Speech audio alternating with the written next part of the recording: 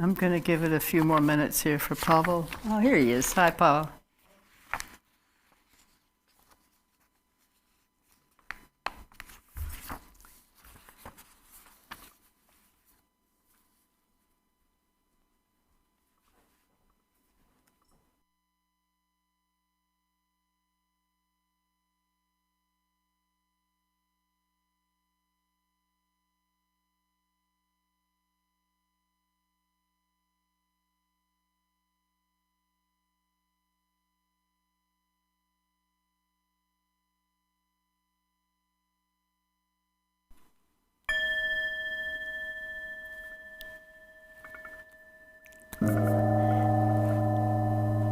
Hi, everyone. Hi. I'm so glad to see you all. Some I recognize, some I don't. But thank you for being here. I'm glad we're all here together.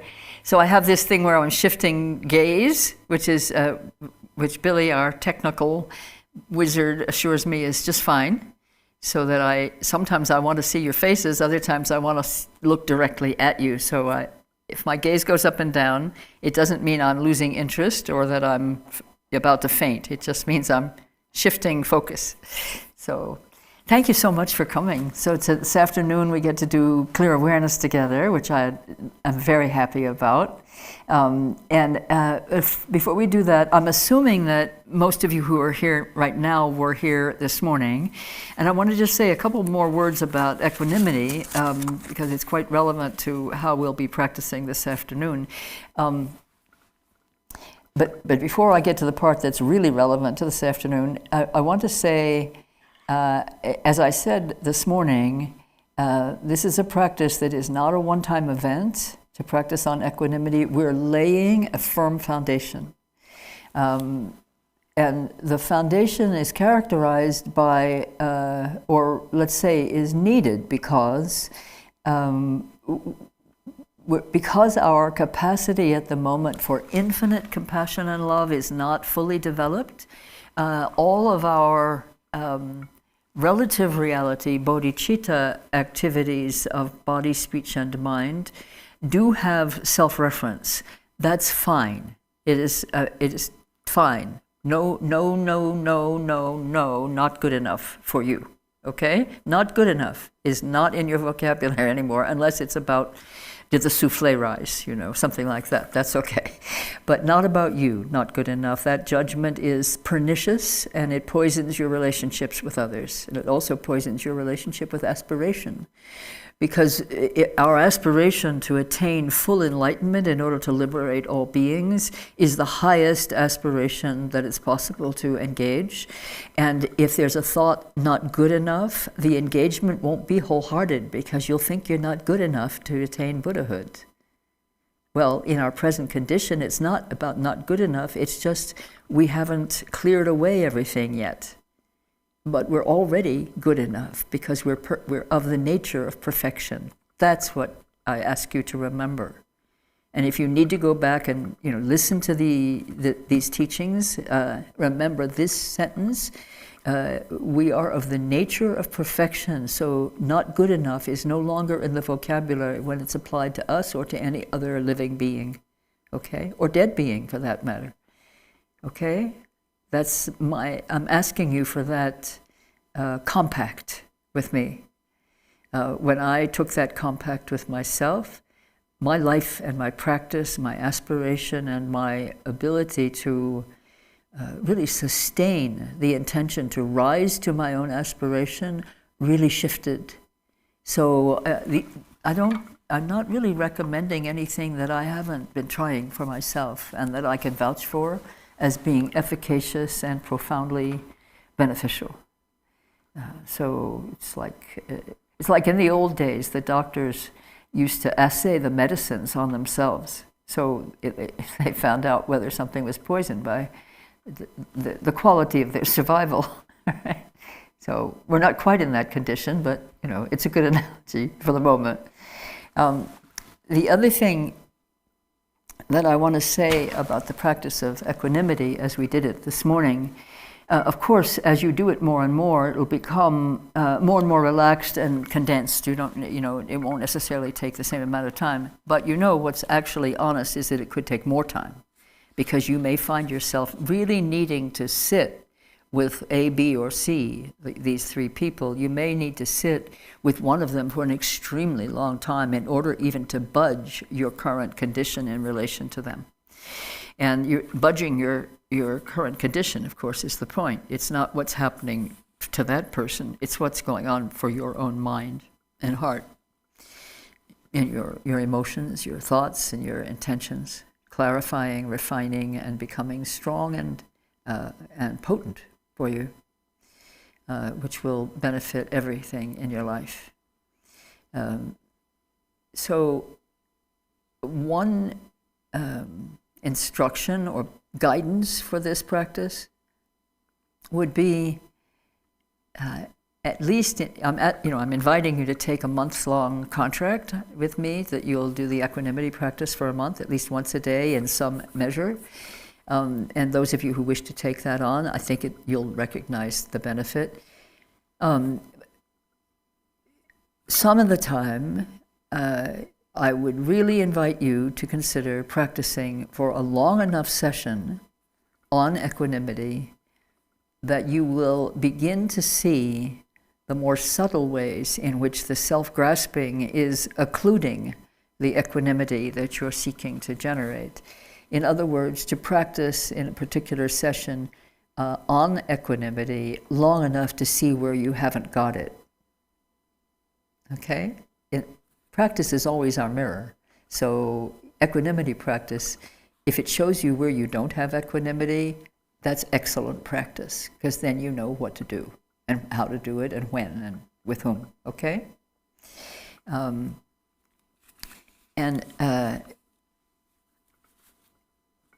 Here's a sentence that I wrote for myself in order to convey it to you. Do this practice extensively or briefly until we recognize that we are experiencing a mild confusion, a crisis of equanimity. A crisis of equanimity is when you are beginning to experience the fruits of equanimity practice and your former certitudes about who's worth your time and who isn't, and how you feel about this person is just fine, and da-da-da-da, all the things that we do, begins to fall apart, frankly, that you can no longer sustain just automatically your habitual attachment, aversion, and indifference or confusion. It's not holding any longer. You've begun to poke holes in it, begun to weaken its foundation, begun to disperse its certainties. And so you're in a state that a friend of mine reported to me at one point and said, don't quite know what's going on here. And I burst out laughing and said, I never had used this phrase before. I said, oh, I think you're experiencing a crisis of equanimity, because this friend was experiencing, well, it's okay if it happens, or it's okay if it doesn't. And this I thought I'd see again when I came to this place, and it wasn't there, and that was okay, not a problem. So I think this friend was feeling unmoored, like a little boat that had slipped its moorings and it was bobbing happily on the happy, peaceful sea.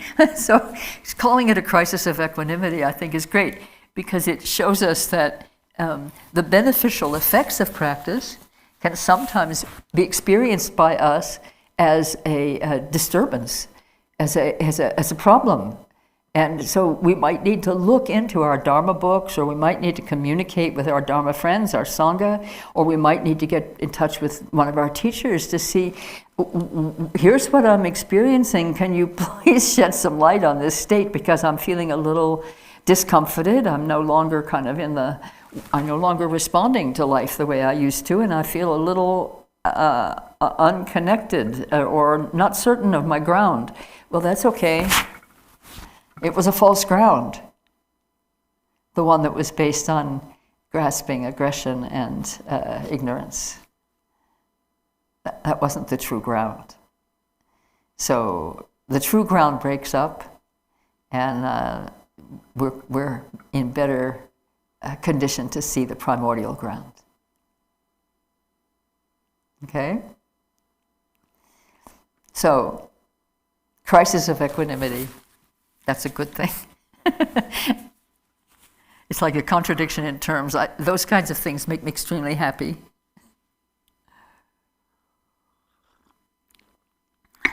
Now, I'm told, let me see if I see on the board. I'm not seeing on the board, on the gallery, but I'm told that Helga is here from our wonderful El Paso Sangha. She's the president of the board. So she's like the president of the Chenrezig Tibetan Buddhist Cultural Center. And if she is here, I think she is, Helga, I would like to invite you, please, to say a few words, because it's very special that we're having this occasion when we can do this, two centers doing this together. And, there's always wrinkles and there's always smooth places in any relationships and any event. What's happening?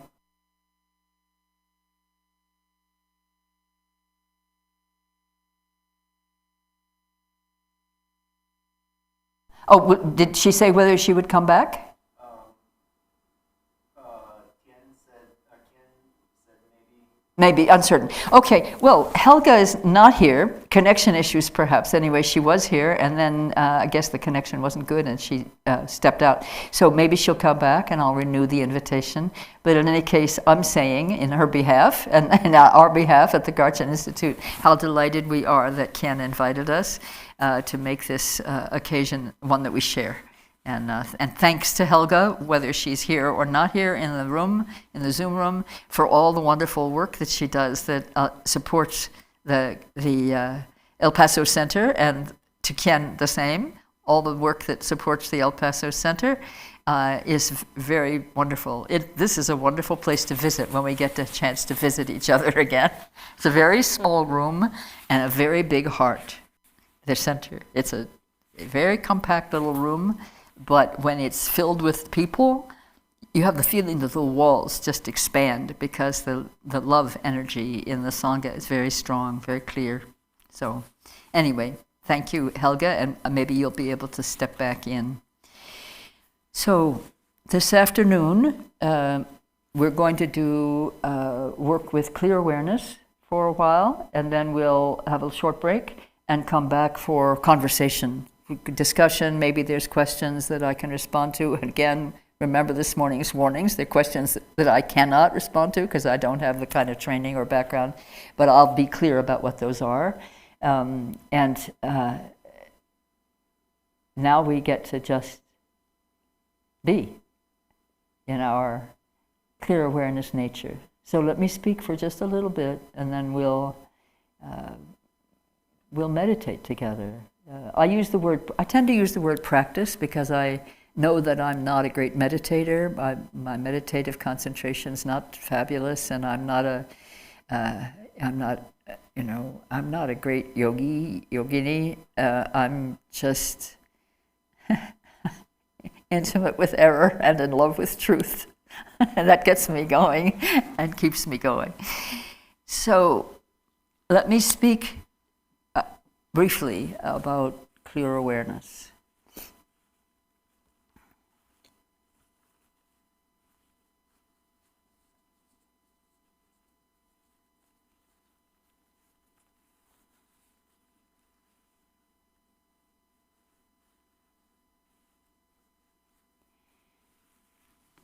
You are that.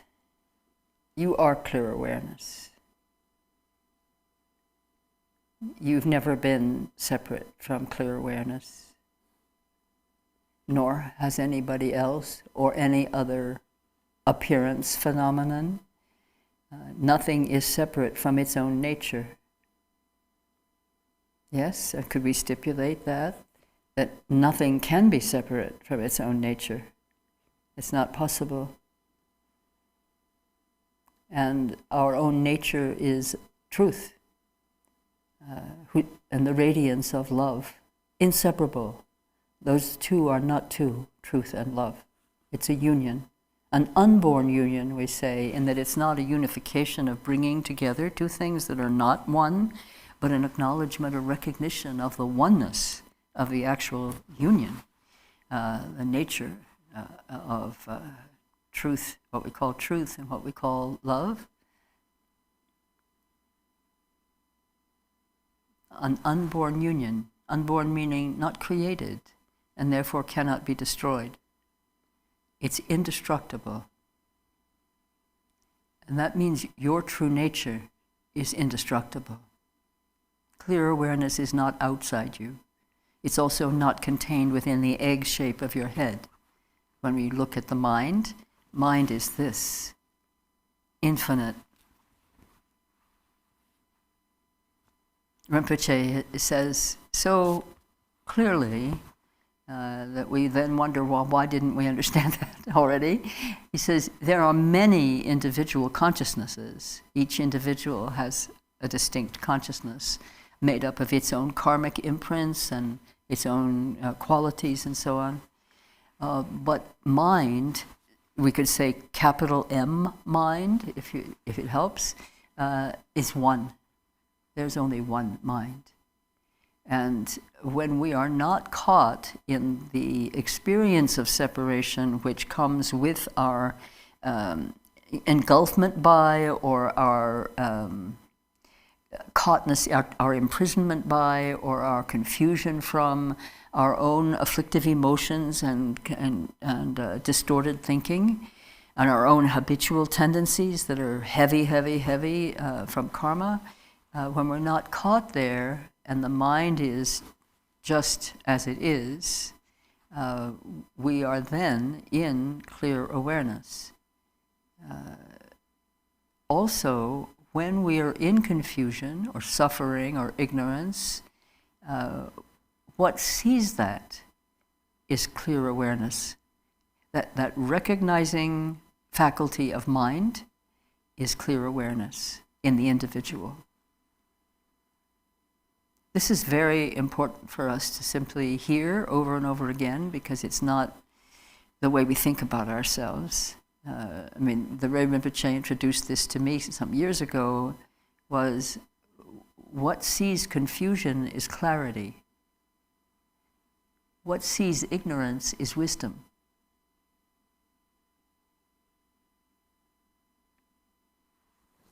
Practice that, and all doubt will be dispelled. Because we're all aware that we have the ability to see what's moving in our own minds. If I ask you what you're thinking about, what's going on in your mind, all you do is just a natural movement of checking in. You see what you're thinking about. You see what's happening in your mind. It's not difficult. We do it all the time.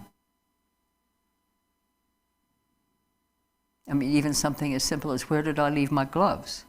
And immediately, mind recognizes where the gloves were left, or if not, recognizes that it doesn't yet know where the gloves were left. But mind immediately is available. Mind is always available. Both small m mind, the consciousness that's going tuk tuk tuk tuk tuk tuk tuk down the track on its own little train, and also the great mind, the one mind, which we call awareness, always available, always there, never not there, always there. So always available for recognition. And the practice is slippery, because it's so subtle, but it's so natural, that it sort of feels like we're not doing anything. Well, it's sort of true, we aren't doing anything. For that moment, not doing anything, simply resting in clear awareness and recognizing it. That's not doing anything. That's being with.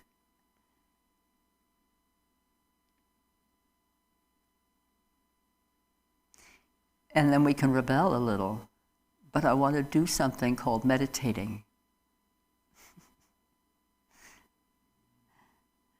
Let's toss that over the shoulder for the moment. We can come back to it if we want it.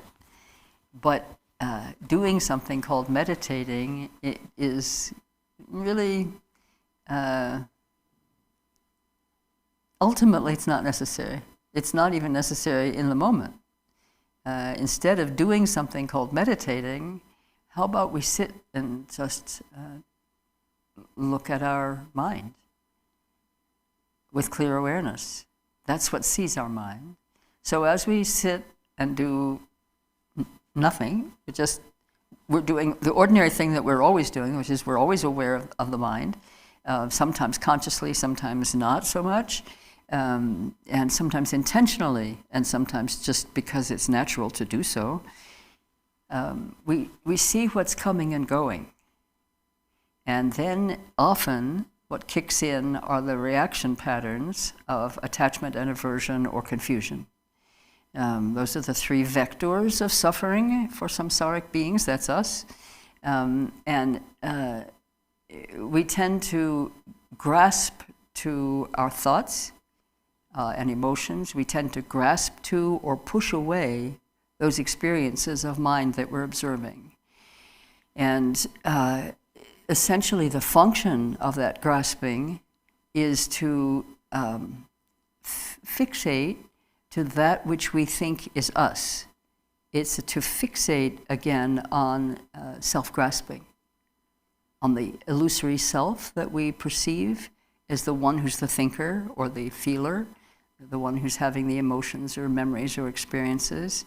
And if we suspend that fixation, what we recognize is they arise and they disappear. Just as in the world of samsara, nothing stays. We can grasp all we want. It's kind of like, oh, let me hold your water for you. No, I don't need a cup. I'll hold your water in my hand. That's not going to last very long. Everything that comes goes.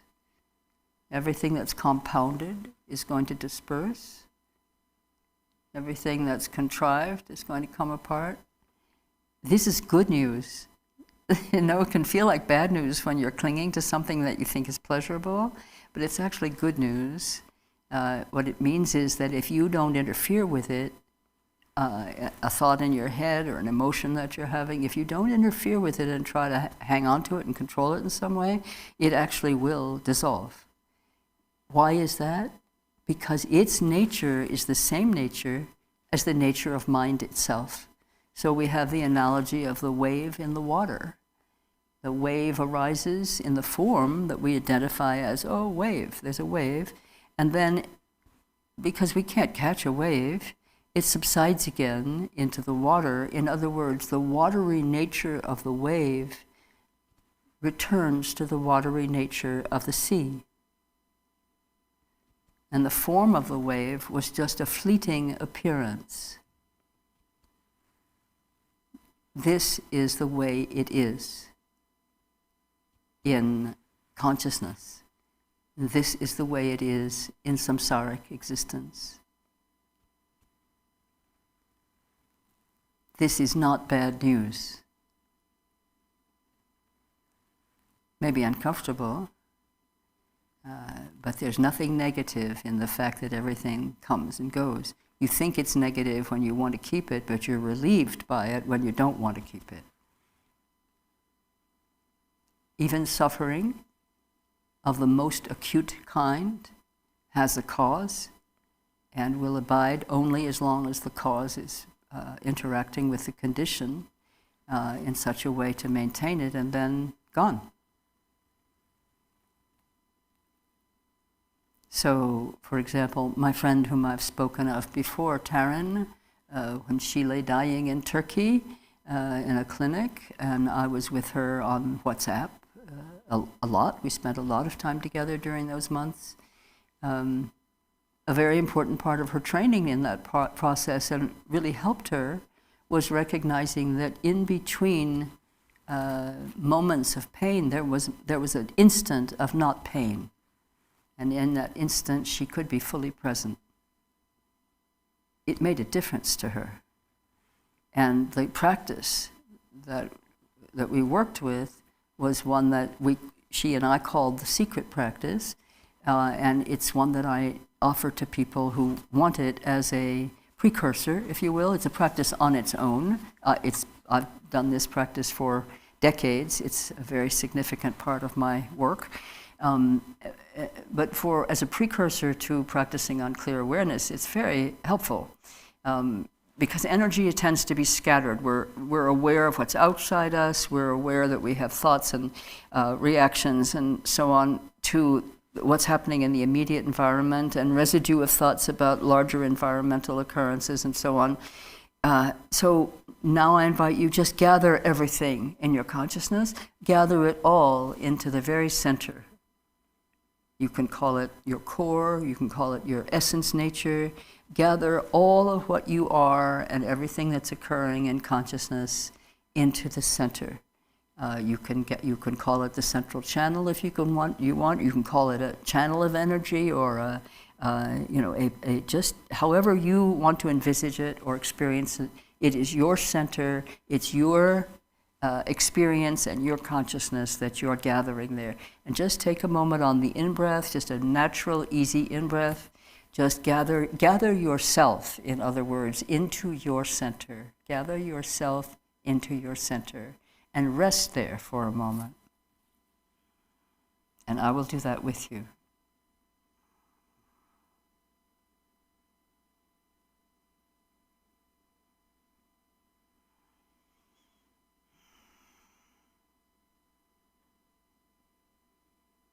And now, what sees that?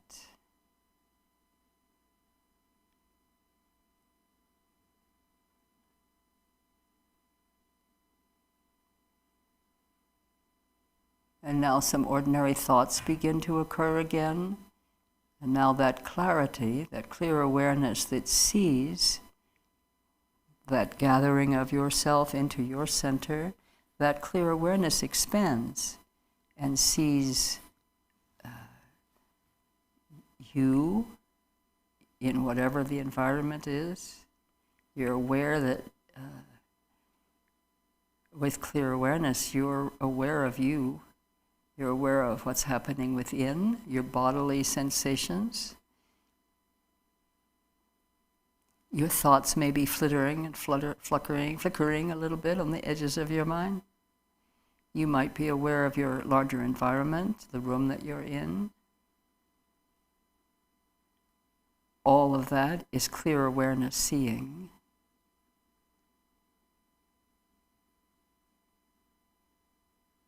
And now blend the clear awareness seeing, blend the seeing with what is being seen. So I'm blending my clear awareness seeing with the room that I'm sitting in, with the view beyond the room, way out across the mountains. I'm aware there are a couple of people in the room with me. Yes, you are doing this practice. I can feel you doing this practice.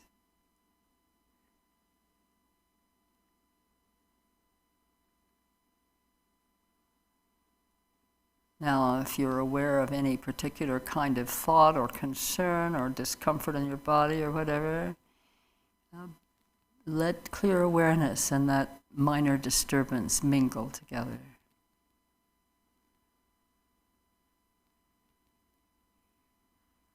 And like the wave on the water, the appearance reality dissolves into the ground reality, awareness itself.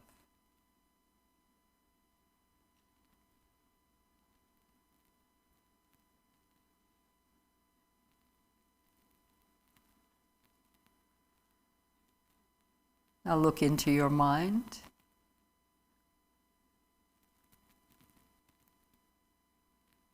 Let clear awareness move through your body.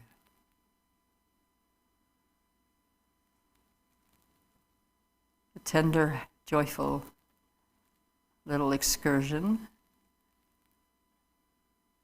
Maybe there's some pain in your body. Clear awareness touches that with recognition. Pain. No grasping, no pushing away, no making up a story.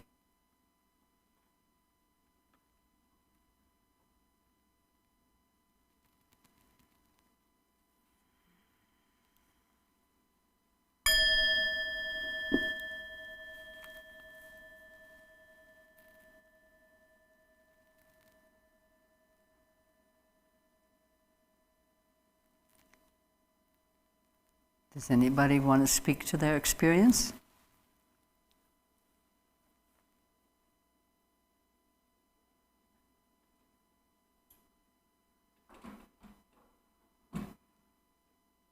Maybe a comment on something that you experienced, maybe a question.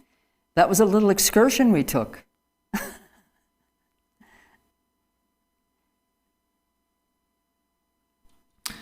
If you would like to speak, down at the bottom of your screen under the reactions, you can raise your hand and we can see you and ask you to unmute yourself.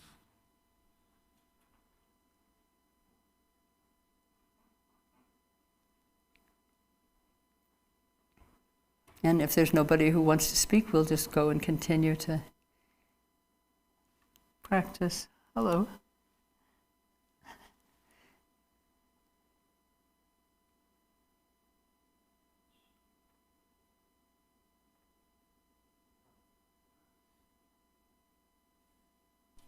That was close. There's a it actually says raise hand underneath, but I can't understand your words. Your voice is so deep in your chest. It's like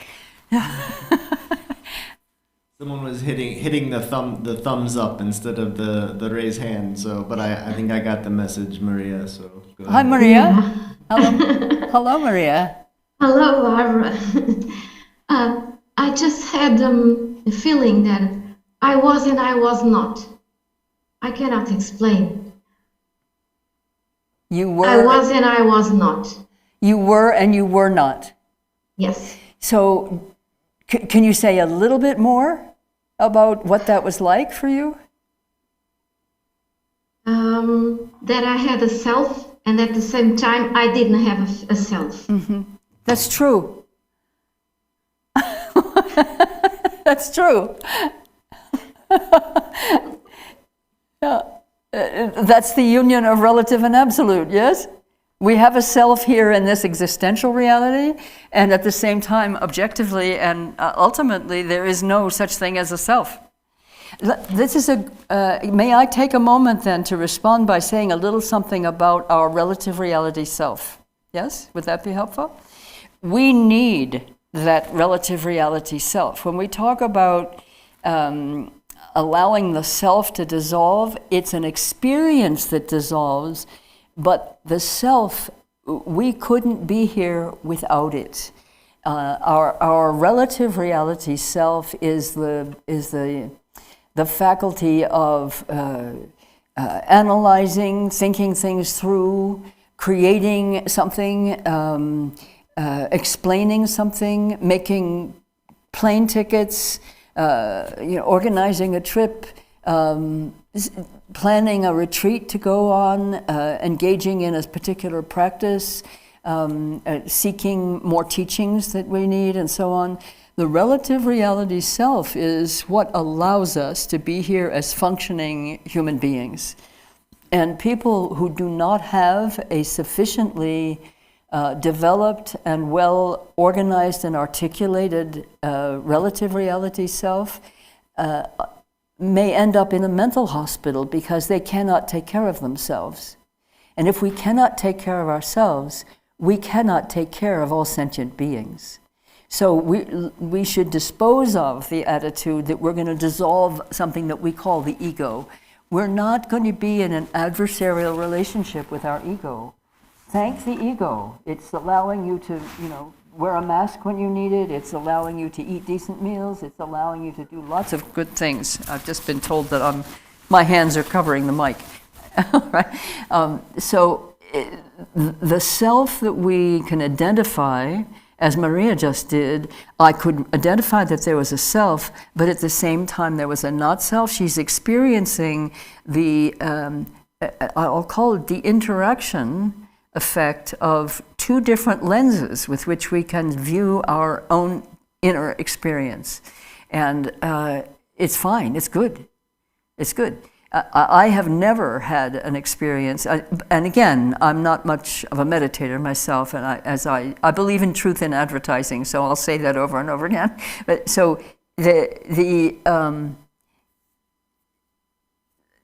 some people whom I know and I respect very much as practitioners speak of having had the experience of self-dissolving, I think they're describing the experience of expanding, right? That's what describes your experience? Yes. So infinite expansion, penetrating everywhere. What we actually, when we're in the state of blissful ease, of not being preoccupied with activities in the mind, thoughts may come and go, but there is no grasping. When there's no grasping, there is what Rinpoche calls bliss. And when one is in the state of no grasping, no conceptuality, in the state of bliss, then the activity is to pervade. To pervade. Don't hold on to bliss, you'll squeeze it right out. It's the activity to pervade all of space-like awareness. Does that? Thank you. Okay, thank you, Maria. Thank you so much. Yeah, good. Misha. Thank you. I very much appreciate your truth in advertising. Thank you, Misha. Nobody else has ever given me a compliment on my truth in advertising. I think it makes some people nervous.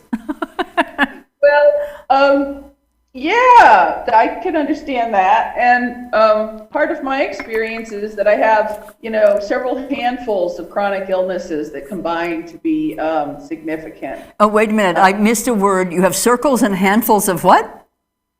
Several handfuls of chronic illnesses. You have a handful of illnesses. Yes, many different medical conditions. Oh, okay. Right, so I'm practicing lying down right now. Yes, I see that. I see that you're in the position that we saw Lord Buddha in before he left. Are you not planning to leave right away, are you? Well, that's not the plan, but, life has its own plans. Well, that position is well known. You've seen it in statues, yes? Yes, thank you. I forgot about that piece. So I feel as if I'm looking at the Buddha right now. Well, in fact, you are, as I am. So, part of the manifestation of the illnesses for me is a lot of the time is difficulty with concentration and lots of distractibility. And yet I found that the persistence of the waking up, whenever waking up happens, and bringing the attention back to the focus, the anchor point, it works. Verified faith over here, right? So it's like, I don't have to be able to concentrate for what was the record that was recorded by the neurologist, 1 minute and 32 seconds, on something continuously before my mind wanders, for there to be fruit from practice. Mm-hmm. And just because of certain symptoms, the heart right now, a lot of the attention wanders to the heart, what it's doing. Mm-hmm. And as long as I can just relate to that as, oh, okay, interesting, here's what this feels like. Over time in sitting, laying down, sitting, I'll just call it sitting, there develops that quality of equanimity where there's peace and ease, what I heard you pointing to, the between the pain, and what a huge difference that makes compared to years when I was just so caught up in the symptoms and how suffering there was for that. So just thank you for all of that.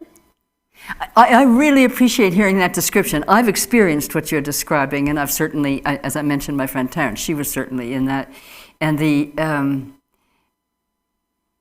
equanimity, that you use that word for this, let's also acknowledge that in this situation that you're describing with pain and dysfunction and so on occurring, that you're developing a certain impartiality toward it.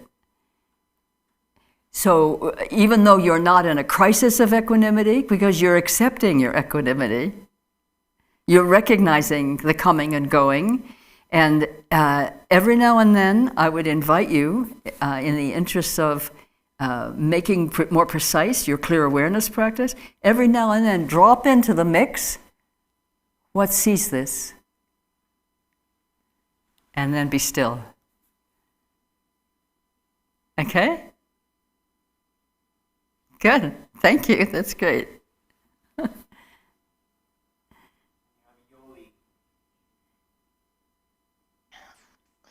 Hello, Yoli. Barbara. Hello, Hi. Yoli. Hi. Good to see you. Good to see you too. And I apologize, I was late coming in, and I heard you speaking of the illusory self, and I am now confused of the difference between the illusory self and the relative reality self. Same.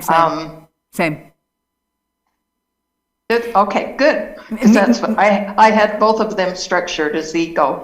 Yeah, same meaning this, that there is no self. In the absolute sense, there is no self.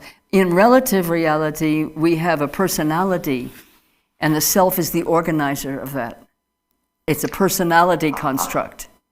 The spiritual construct of self is not the same as the personality construct. The personality construct is in addition to performing extremely useful, valuable, and necessary work, is also constantly ascertaining, maintaining, and reinventing identities. It's how the relative reality self maintains itself. There's a constant creation and maintenance of identities. In other words, definitions of self and fixations on certain definitions, rejections of certain others, and so on. The absolute, in the absolute, there is no self-other. It is a non-dual awareness. So there is nothing to identify as a self. Thank you. Thank you, Yoli.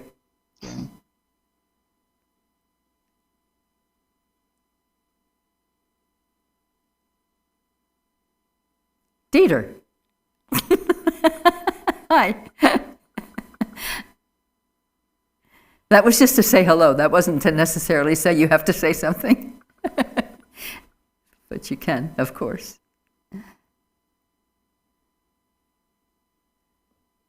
Hello, Barbara. Hello, Barbara. Dieter? Hello. Hi. Hi. Nice to see you. Nice to see you too. And just tuned in. I was on a train trip. I don't see your whole face. Oh. Yeah, because I read lips, I have to read the speech. Yes? Oh. So I have to see your lips. I didn't see my image. Okay. There, that's good. Perfect. Bingo. Got it. I just tuned in. I was in a train trip. I didn't hear that. I didn't understand that. Could you? He was on the train. He just tuned in. Oh, you were on the train. You just tuned in? Good. I was on a train before, and now I'm tuned in. Good. And how is the train of thought?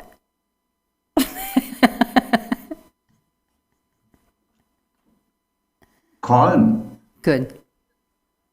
Good. So since we last met, I think that the waves have subsided a little bit. Yeah. Yeah, good. I was checking in. Good. Thank you. I'm glad you're here. Thank you. Yeah. Okay.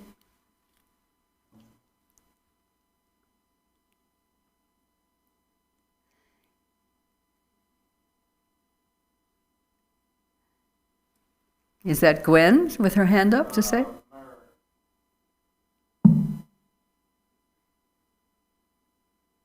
Oh, she's not, she doesn't have her audio on.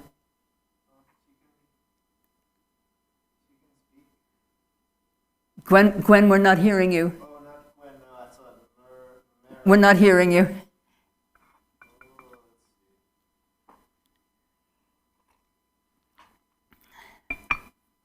Unmute? I'm Okay. very happy to see you.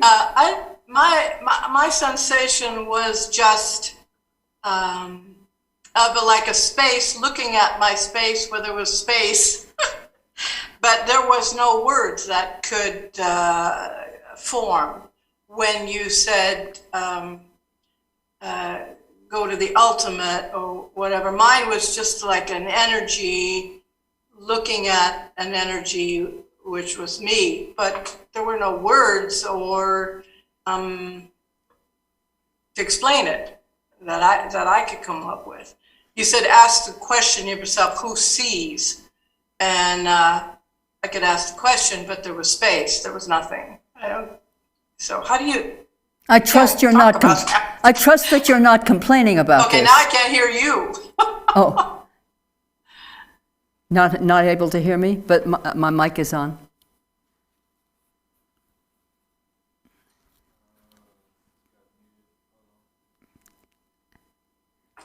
This is when we practice the paramita of patience. Okay, I hear you. And now you hear me. So this didn't sound as if you were complaining that the thoughts had ceased.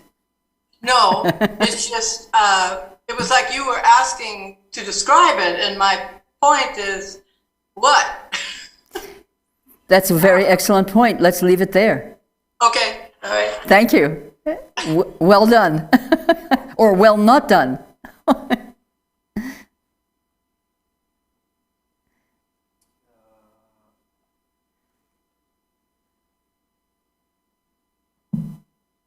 Hi, I'm just joining the teachings again. I lost connection, so maybe you spoke to this already. I'm sorry if I'm re-asking a question, but when I go into this, it feels like there's no history. There's just the present moment. The present moment has the potential to open into a future, but there is none right now. Just a huge potential, a huge letting go of fear, because there's nothing to fear, because I'm not separate from anything or from anyone. Would you just speak to that a little bit? Why? Please. Why would you want me to speak to that? Well, in your experience, from your experience, yes. In my limited experience, the experience of not having thoughts clamoring for my attention is bliss. I experience that as a beautiful thing, a beautiful moment, and it's always just a moment. Mm. Well, it's not that I'm free from thoughts, because my mind is going, wow, wow, wow. You know, it's like, oh, look at that. And so there's a part of me that's sort of trying to make sense of it, or to remember it, or to really live into it, or to rest into it. So it's not that I'm exactly for that thought. Okay. But it's just a series of wow. Yeah, okay. So the oh wow response can sometimes be an opening to direct seeing. Not always, but sometimes.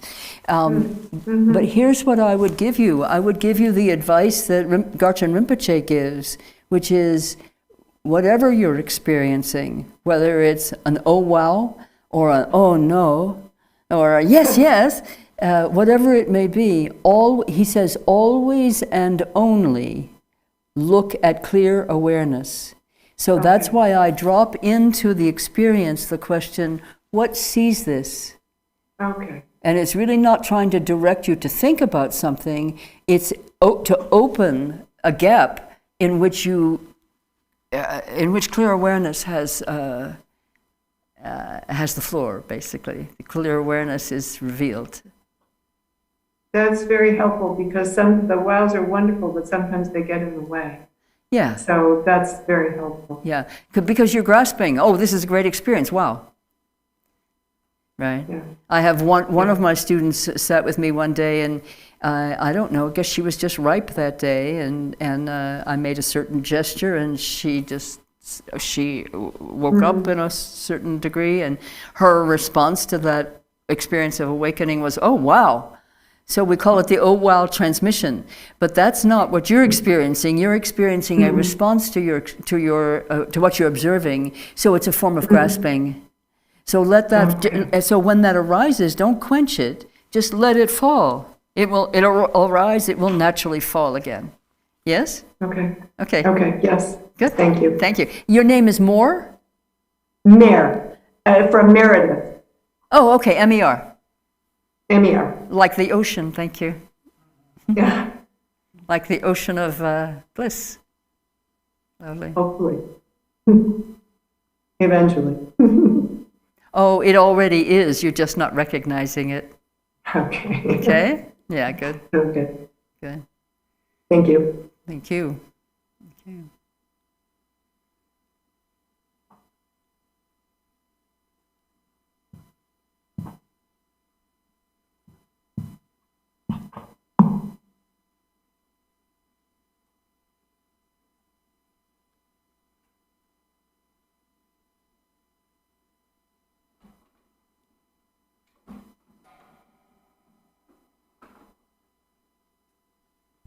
So we have a message from Danimal, who is asking me to relay this to you. It came up in the chat, and they are saying that something I experienced was that everything seemed to become of equal importance. I started looking out the window, and that seemed as important as sitting straight up and looking forward. You know, is it D'animal or Danimal? I don't know which it is, but anyway, the comment points me to something that was moving in my mind just then. So it's very nice conjunction. A number of your observations today about the clear awareness practice are pointing to the efficacy of the prior practice on equanimity. Because what you're describing, many of you, are states of neither nor, are states of experiences of this, that, but not grasping to this or that, of recognizing thoughts moving and not having to choose in some way among them. Your comments are pointing to what we came in from, the equanimity practice. It's very, I want this to be a mirror for you to see how even this very brief practice that we did this morning with equanimity is bearing fruit in your contemplation in the same day. What do you think about that? Now I'm inviting you to think. Does that ring true for you at all, or is that just my own observation?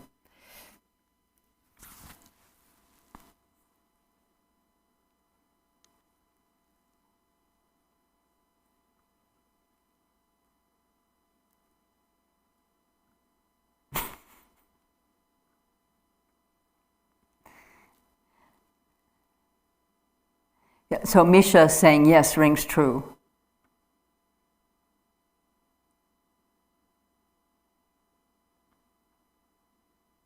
Barb is saying the same thing. Yeah. You'd think because I'm using your first names in such a familiar way that I've known you forever. Perhaps so. But most of you I have not met yet in this lifetime except on Zoom. But it feels very intimate, doesn't it, actually? It's very pleasing. Hi, Eternity.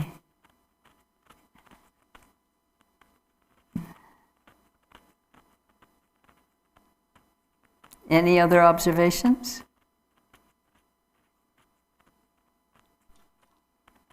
Okay, let's take a moment just to move your body around a little bit, just freshen up, freshen the energy. The animal says, yes, I can absolutely unmute you. It's easier if you can raise your hand so that I can see who wants to be unmuted. because I have 43 people to sift through otherwise.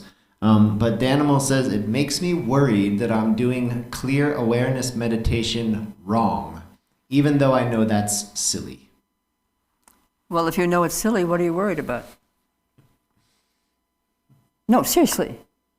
If you think it's silly, what's the worry here? Is it Dianimal or Danimal? How I want to say your name correctly.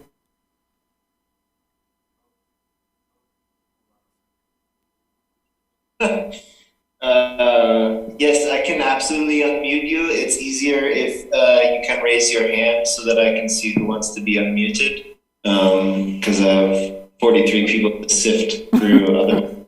The animal said, makes me worried that I'm doing clear meditation wrong, even though it's silly.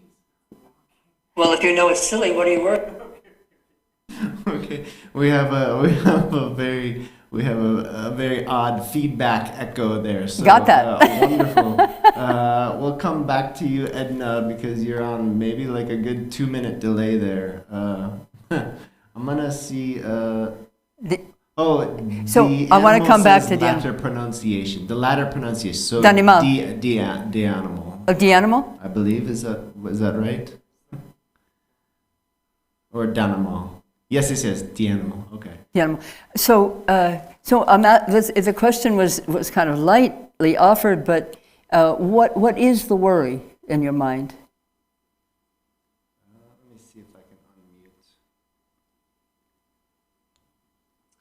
unmute. Thank you for unmuting me. Sorry, I'm very shy. So I guess it's sort of a non-specific anxiety where it's like, oh no, I'm doing the wrong thing. I'm patterning in bad habits. I'm not going to get anywhere. I'm, damaging my own psyche or something. I don't know. It's just sort of anxiety. Okay, well, my experience of anxiety is considerable from many years ago. I don't experience it anymore. You'll be happy to hear that future is possible. But anxiety is non-specific, tends to be non-specific. If it were specific, there would be a fear experience, but anxiety is kind of a cloud of confusion and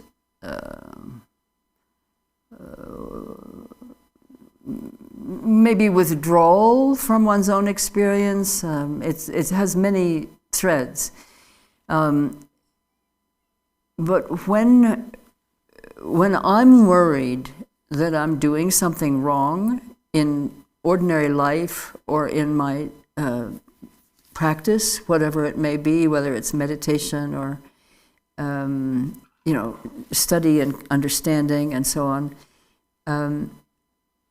what the habitual tendency is for me is to perseverate, meaning to ruminate on that concern, that I'm not doing it right, that I'll never get it, and then it begins to elaborate and get bigger until it sort of swallows me, and then I put the brakes on whatever it is I'm doing because I'm contaminating it in some way. But what I find is helpful in that dynamic for me is to then say, well, what do I know about doing this correctly? What do I have here in my instructions from my teacher or my experience that I've already had? What can I say I have some confidence in and some certainty about? So, for example, with the experience of doubt, there's a lot of doubt in anxiety. So with the experience of doubt, one of my teachers at one point said, well, when doubting or anxious like that, turn to what you are certain of. Instead of continuing to feed the anxious thinking of, I'm not this, I'm not that, I can't do it right, turn to what you have confidence in. It may be something several steps back from what it is you're working on right now, And it may be, well, I really know how to generate compassion when I see suffering. I know how to do that because I care about people and animals and so on the earth. So I know how to do that. So for a moment then step away from the practice or the pursuit that's raising anxiety for you and feeling that you can't get it right, and go to what you have certainty in and rest there in that practice or that consideration. And then when calm and strong again, in the sense of, yes, I'm okay, this is good, this is practice that I already have, that I'm confident in, and then you can come back to the practice that you were losing confidence in, and sort of have them shake hands with each other, these two practices. So the practice of certainty and the practice of doubt, you have certainty in what's true. You have doubt about what's perhaps true, what's not true, you don't know. You have doubt and so you don't know. So bring your clear awareness of what is certain for you, what you have confidence in, blend that with the doubting mind. Blend your clear awareness with your doubting mind. Wow, thank you very much. I hope that will. I know that will help. Actually, I don't have to hope it. So and then see what happens. Really, just observe what happens, and then proceed with what seems accurate to you and what gives confidence. Yes. Yes, thank you so much. You're so welcome. That's a really outstanding question. It was very personal for me because I've had a lot of doubt in my life, self-doubt, a great deal of self-doubt, and I think it's. I would like to say I don't have that anymore. There's occasional moments, but it's practice that has helped me, and what I gave you is part of my practice. Thank you. When I think of. I think of this lifetime, my lifetime, there's been a great deal of mental suffering. I'm not speaking of a mental illness, I'm speaking of the suffering of a sentient being that registers in the mind. My awareness has been a lot of states of suffering, and I want to say unequivocally that what has made the difference for me is practice in the Buddha Dharma, doing the practices that my teachers have given me, and when those practices bore fruit, recognizing that and moving on from there. And when practices did not seem like the right ones for me, I would go back to the Dharma to get more or different practices. So having an ongoing relationship with a teacher who knows you well and who's giving you teachings and practices can be extremely helpful, particularly with what you're talking about, the animal, the tendency to doubt or to have anxiety. Thank you.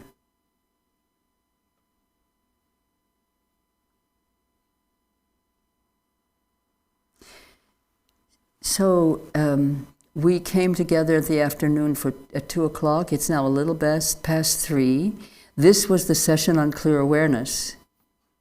And the session following this one can be more general, so that we can take a little break now, if that's convenient for you. I think it would be refreshing, and then we'll come back. We'll continue our Zoom conversation. And so, if you have questions that arise for you about your practice, about the Dharma, but remember, this is not a Dharma scholar here in front of you. This is Barbara. All right. And so, I want to say, before we come to the afternoon session, the later session, which is more general, I want to recognize, and I don't know if any of the people to whom this applies are here in this session or not, but I have received so many wonderful, wonderful questions from so many people who have attended these online sessions, and periodically I'll make an attempt to, ones I haven't been able to get to in the actual session, I'll go back afterwards and try to respond to them in writing, and it becomes impossible because there's so many, and there's limited amount of time in the day and so on, and So I just want to, for any of you who have sent me questions and have not received a response, either in session or after, I do really apologize. I would love to be able to sit and do nothing except, respond to people in the Dharma, but life has some other plans sometimes, and there's just not enough time in the day to do it all. So anyway, with that, let's take a break of about 15 minutes or so, and then come back, and we'll do some more. Okay, so that would bring us back at, well, let's come back in 10 minutes, since it's not as if we're out somewhere. We're home, right?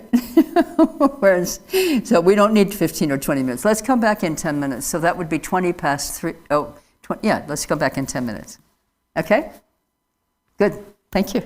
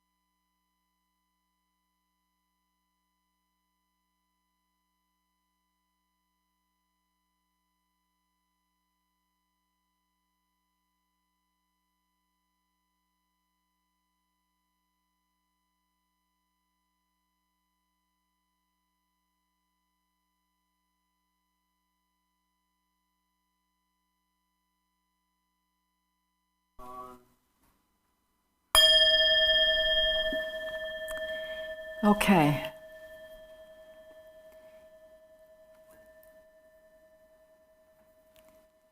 All right, we're ready to go?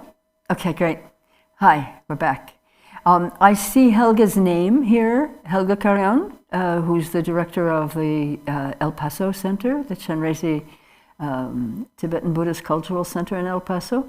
So Helga, I would love to invite you, if you would be willing, to say a few words, to let us hear anything that you would like to share or pose to us. I'm very happy that you're here. I wish I could see your face, because sometimes on Zoom I have been able to see you, but this time if we just hear you, and that's, you know, however it works for you.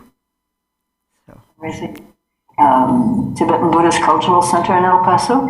So Helga, Yes. I would love to invite you, if you would be willing, to say a few words.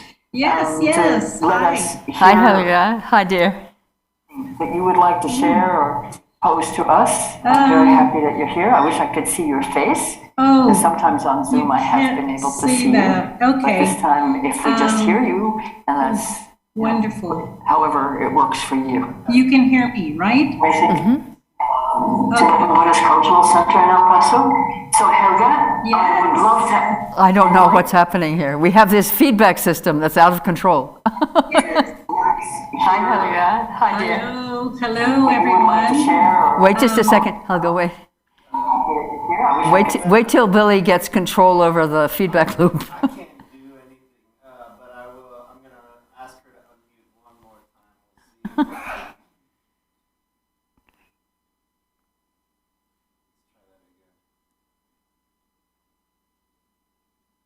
Don't know what's happening here. We have this feedback system that's out of control. Hello, everyone. Wait just a second. I'll go away. No idea. Wait. There's really bad connection, so we're getting. Do you know what's causing this, or can we proceed with Helga? I don't think we can. I don't know if we can at this point in time because she's having so much trouble. Because as soon as I unmute her, then we get this 2-minute constant feedback loop, and I don't know. I think this is on her end with her Zoom connection. You think it's with Helga's Zoom connection? Correct. Yeah. Misha has a suggestion that perhaps Helga could simply do it on the chat. And then from Dennis to everyone, there are 3 main causes of audio ... Yeah, he's just telling me, about technical If Helga has YouTube open, Helga, please close your YouTube connection. That's what Kian is saying, close your YouTube connection. I don't exactly know what that means, Helga. So if she's watching on YouTube, it might be the cause of what we're hearing. Okay, so Kian is saying close your YouTube connection. Let's see if we can get. If you're watching on YouTube, shut that down so that you're only connected through your Zoom connection by the link.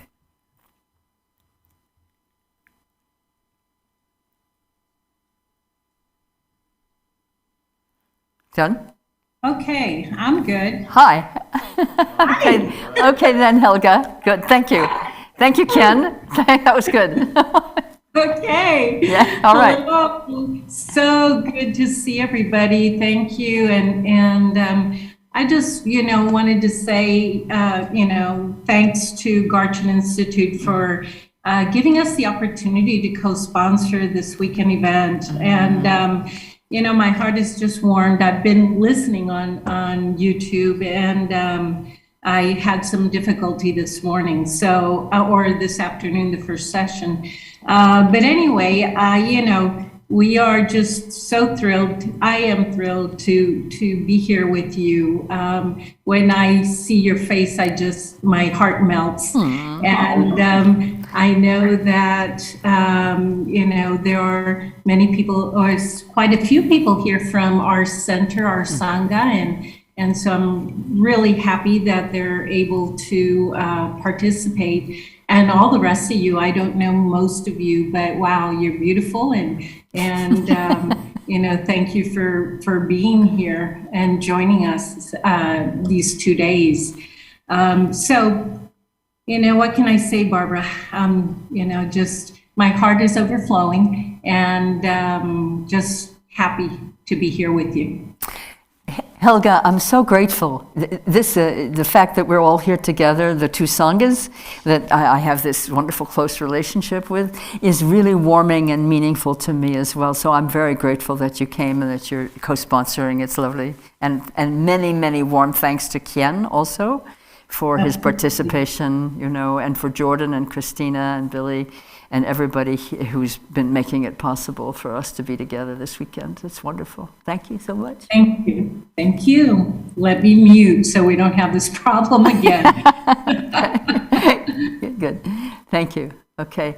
So, so this afternoon, this part of our time together, we can do a bit more practice too. We don't have to push that out. But I wanted to make a space for more general questions about the Bodhisattva path. If you have questions about your own progress on the path, what we mean when we talk about the Bodhisattva path. If you have questions or things that you would like to communicate with others about, it can be a conversation. It doesn't have to just be question and answer with me. You can raise things that others may respond to as well. And so we can just go ahead on that basis, and then we may be able to come back. We've got a full hour, so we might be able to get a little bit more practice time in before we close for the day. And then I want to remind folks, in case you forgot or in case you didn't notice on the schedule, there is an evening meditation scheduled. I will be here in the temple. We'll be doing practice mind to mind. There's not going to be any broadcasting. We won't be on Zoom, and there won't be any camera, live stream. It'll just be me sitting here with you, any of you who wish to connect in the mind connection. That's infallible. Then there's no feedback loop. No interruptions. So that will be at Arizona time, 6:45 to 7:30. 6:45 to 7:30. Okay, so the floor is open.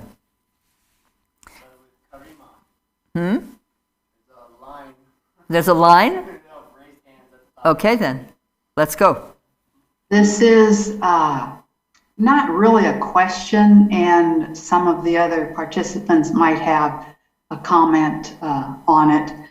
But when you opened and said, instead of doing something called meditating, we're just going to sit and look at our mind and see what's coming and going, I thought, yay. Because what I did part of the COVID time was learn a few different ways of meditating. And I've pretty much come to the conclusion on my own. The premise of a meditator, in my case, is like I'm a separate self, a relative reality self, and I'm going to meditate in order to arrive at my true self. And this can involve efforting and lots of techniques. But I finally, at the end of a year or two, realized I am naturally doing clear awareness meditation. And it seems to me that if we're already in that blessing now and then, that there is nowhere else to go to get from here to a there. There is no here and there. And so for me, meditation is more of what I am instead of what I do. So when you opened with that, I said, she's after my heart. So I just don't know if you have a comment about that. Yeah, it's the lazy person's guide to enlightenment. There's nowhere to go and no one to go there. So I'd love to hear anybody else responding to what you've shared with us. Karina, is that your name? Karima? Karima. Karima, yeah. So would anybody else have anything they'd like to offer in response to what Karima shared?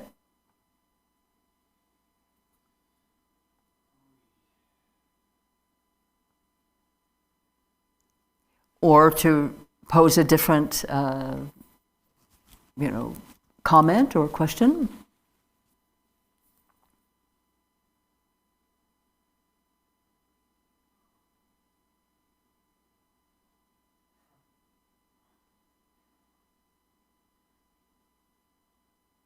Do we have any hands up, Billy? Yeah, we have hands up. I just can't tell whether they're questions or whether they're responses. Doesn't matter, just we'll go, yeah. I think Karima was sharing something with us more than asking for a response, I think, and so I think it was very good. Thank you so much. Yeah.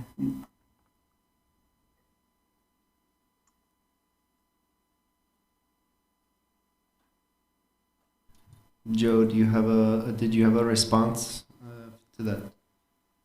I did not. I had a separate question. Okay, may I have that person's face picture up on the screen? Hello, Joe.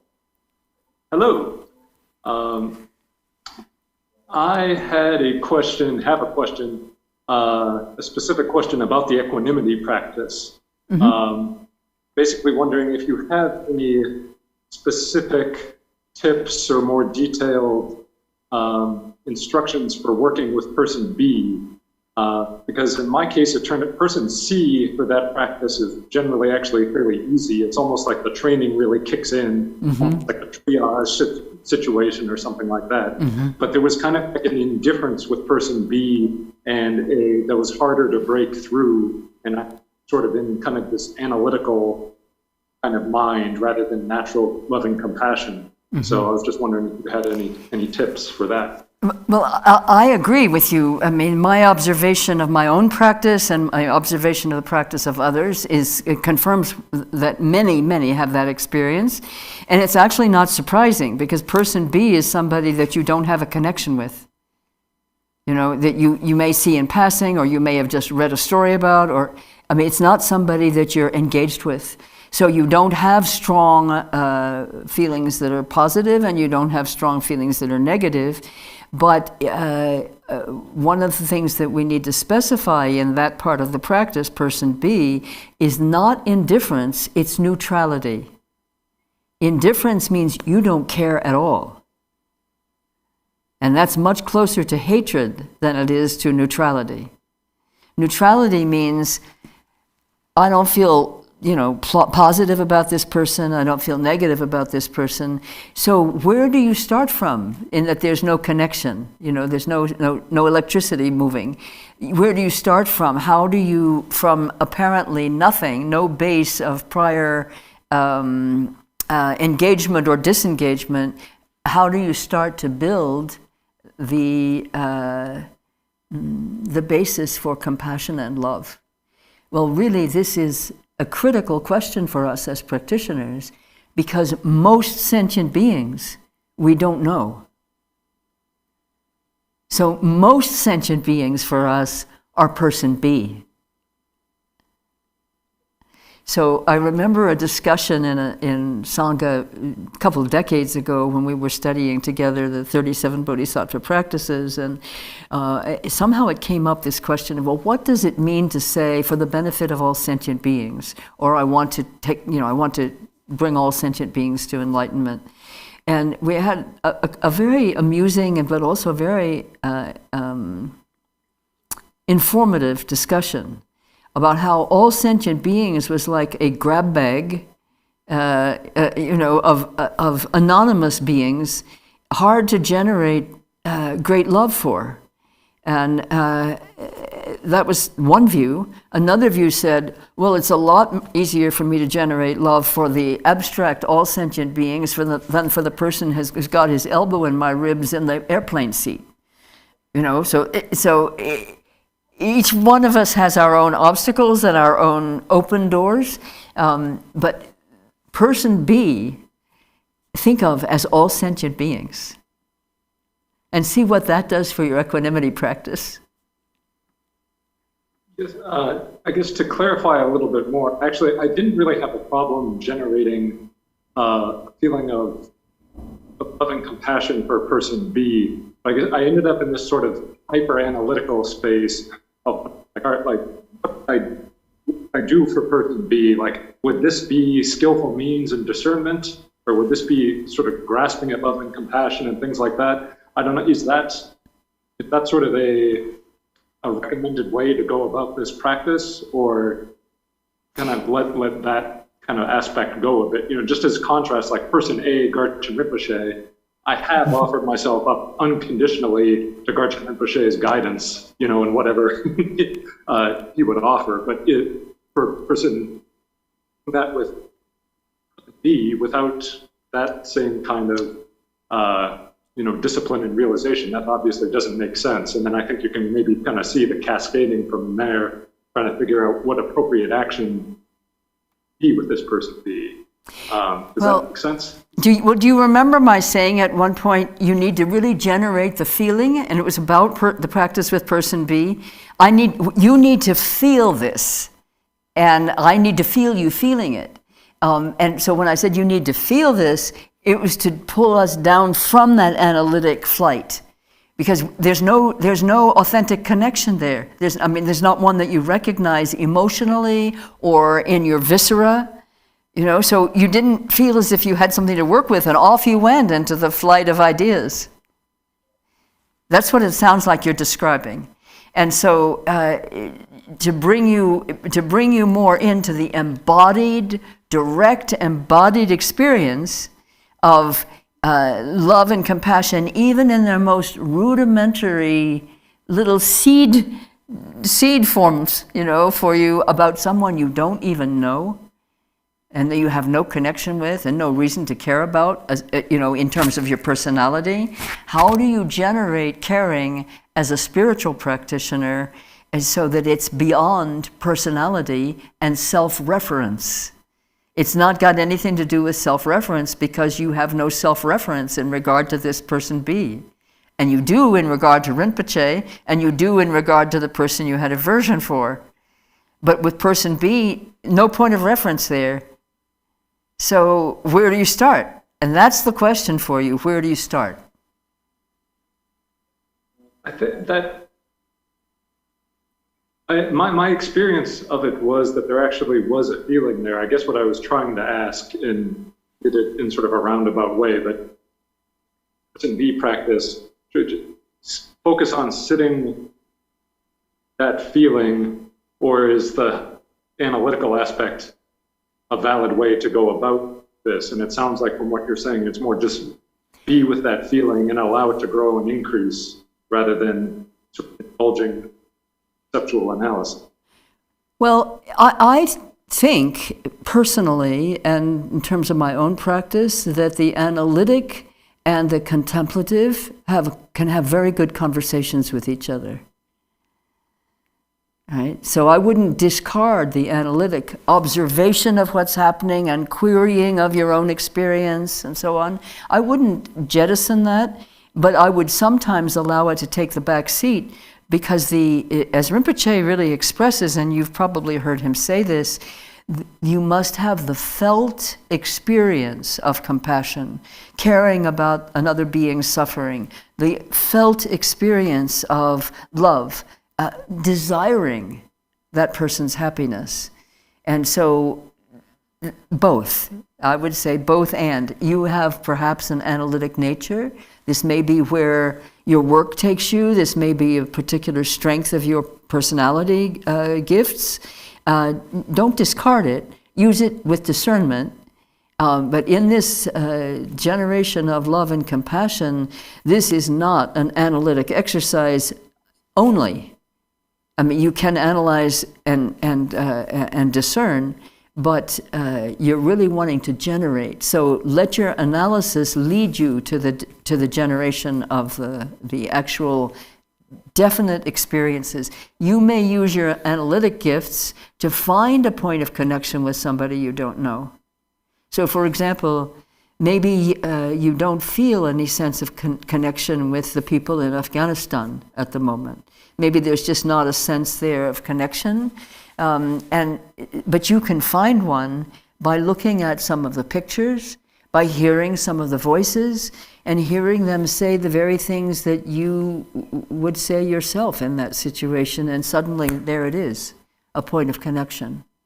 It happens in different ways. For example, sometimes when there's been a great place of suffering, a great disaster, like a scene where there's been a terrorist attack, sometimes I find that I need to and deeply desire to be there with those people.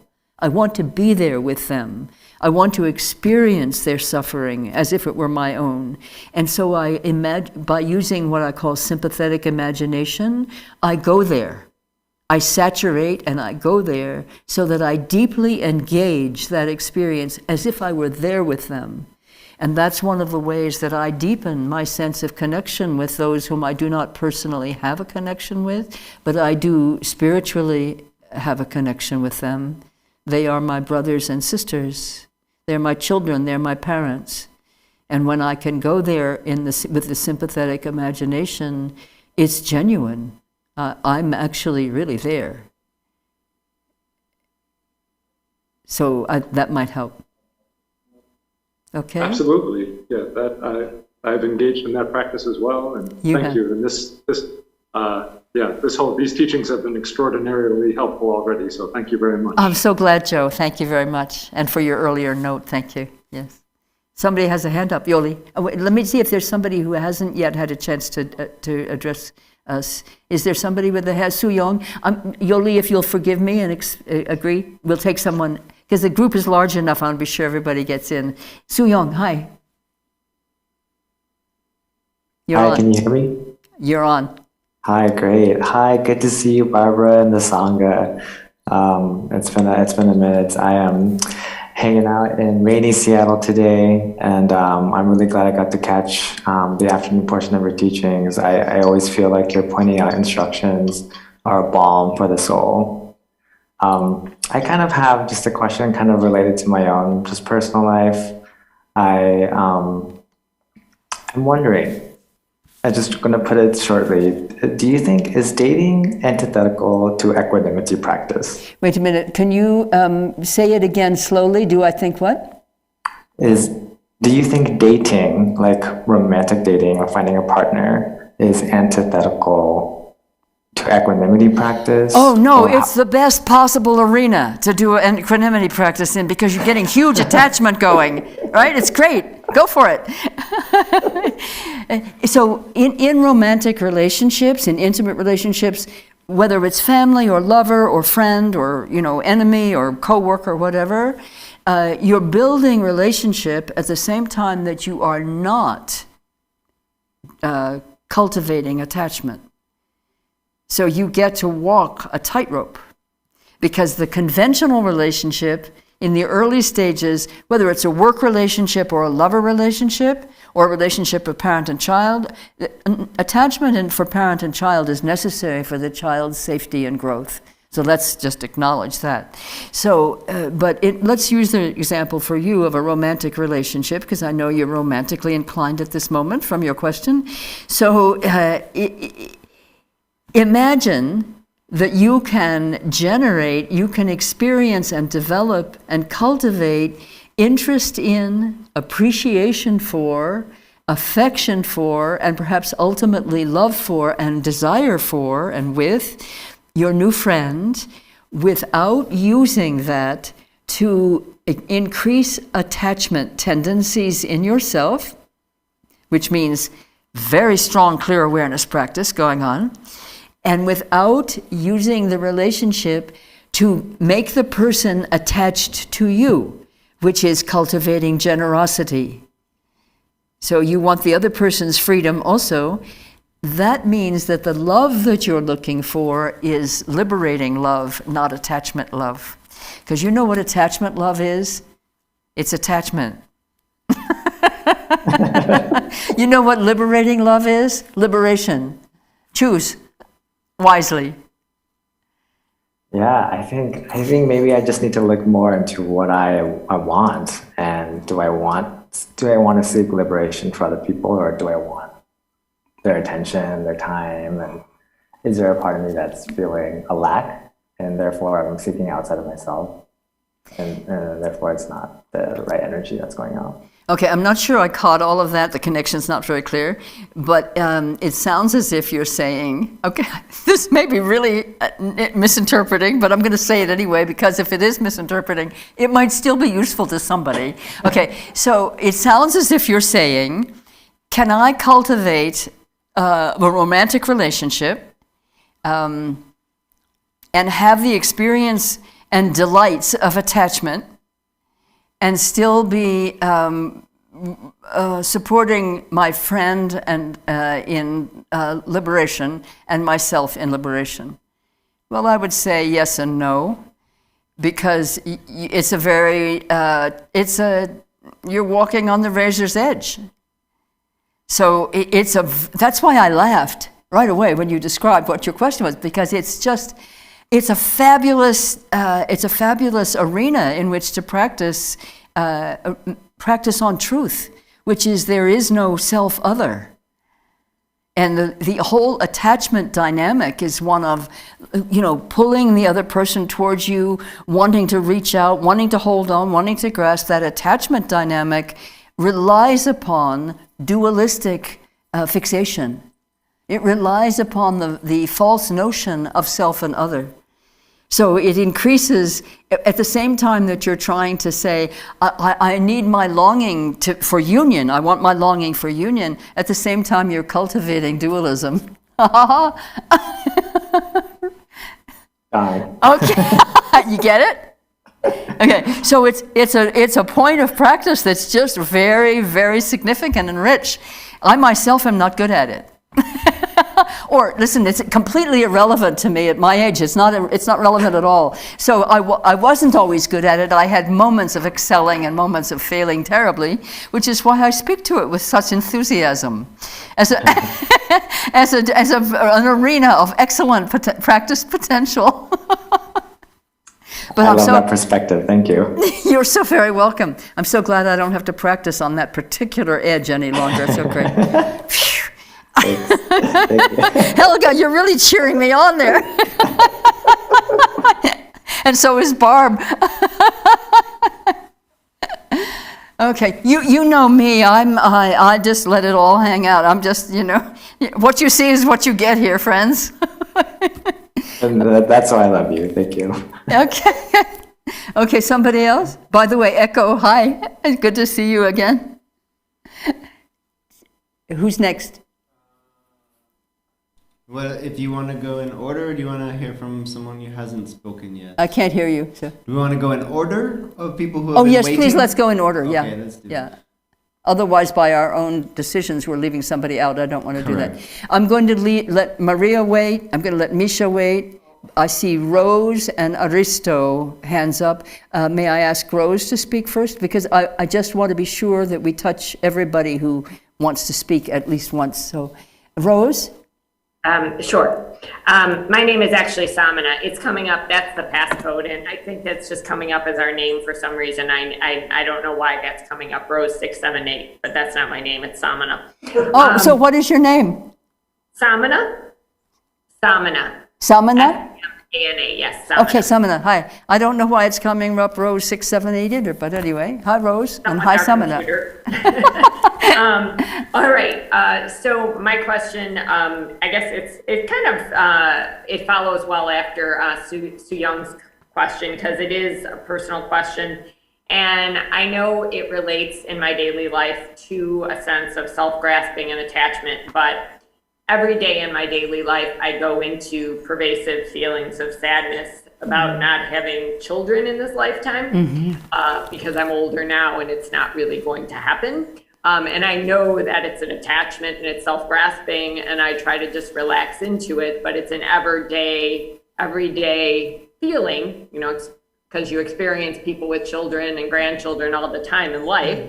And so I guess I wanted to know if you recommend trying to use clear awareness or just relaxing into it, as in the prayer of Kunsong Zampo, but just to make peace with it, because it doesn't seem to go away. It just is like an ever-present wound in my daily life and existence.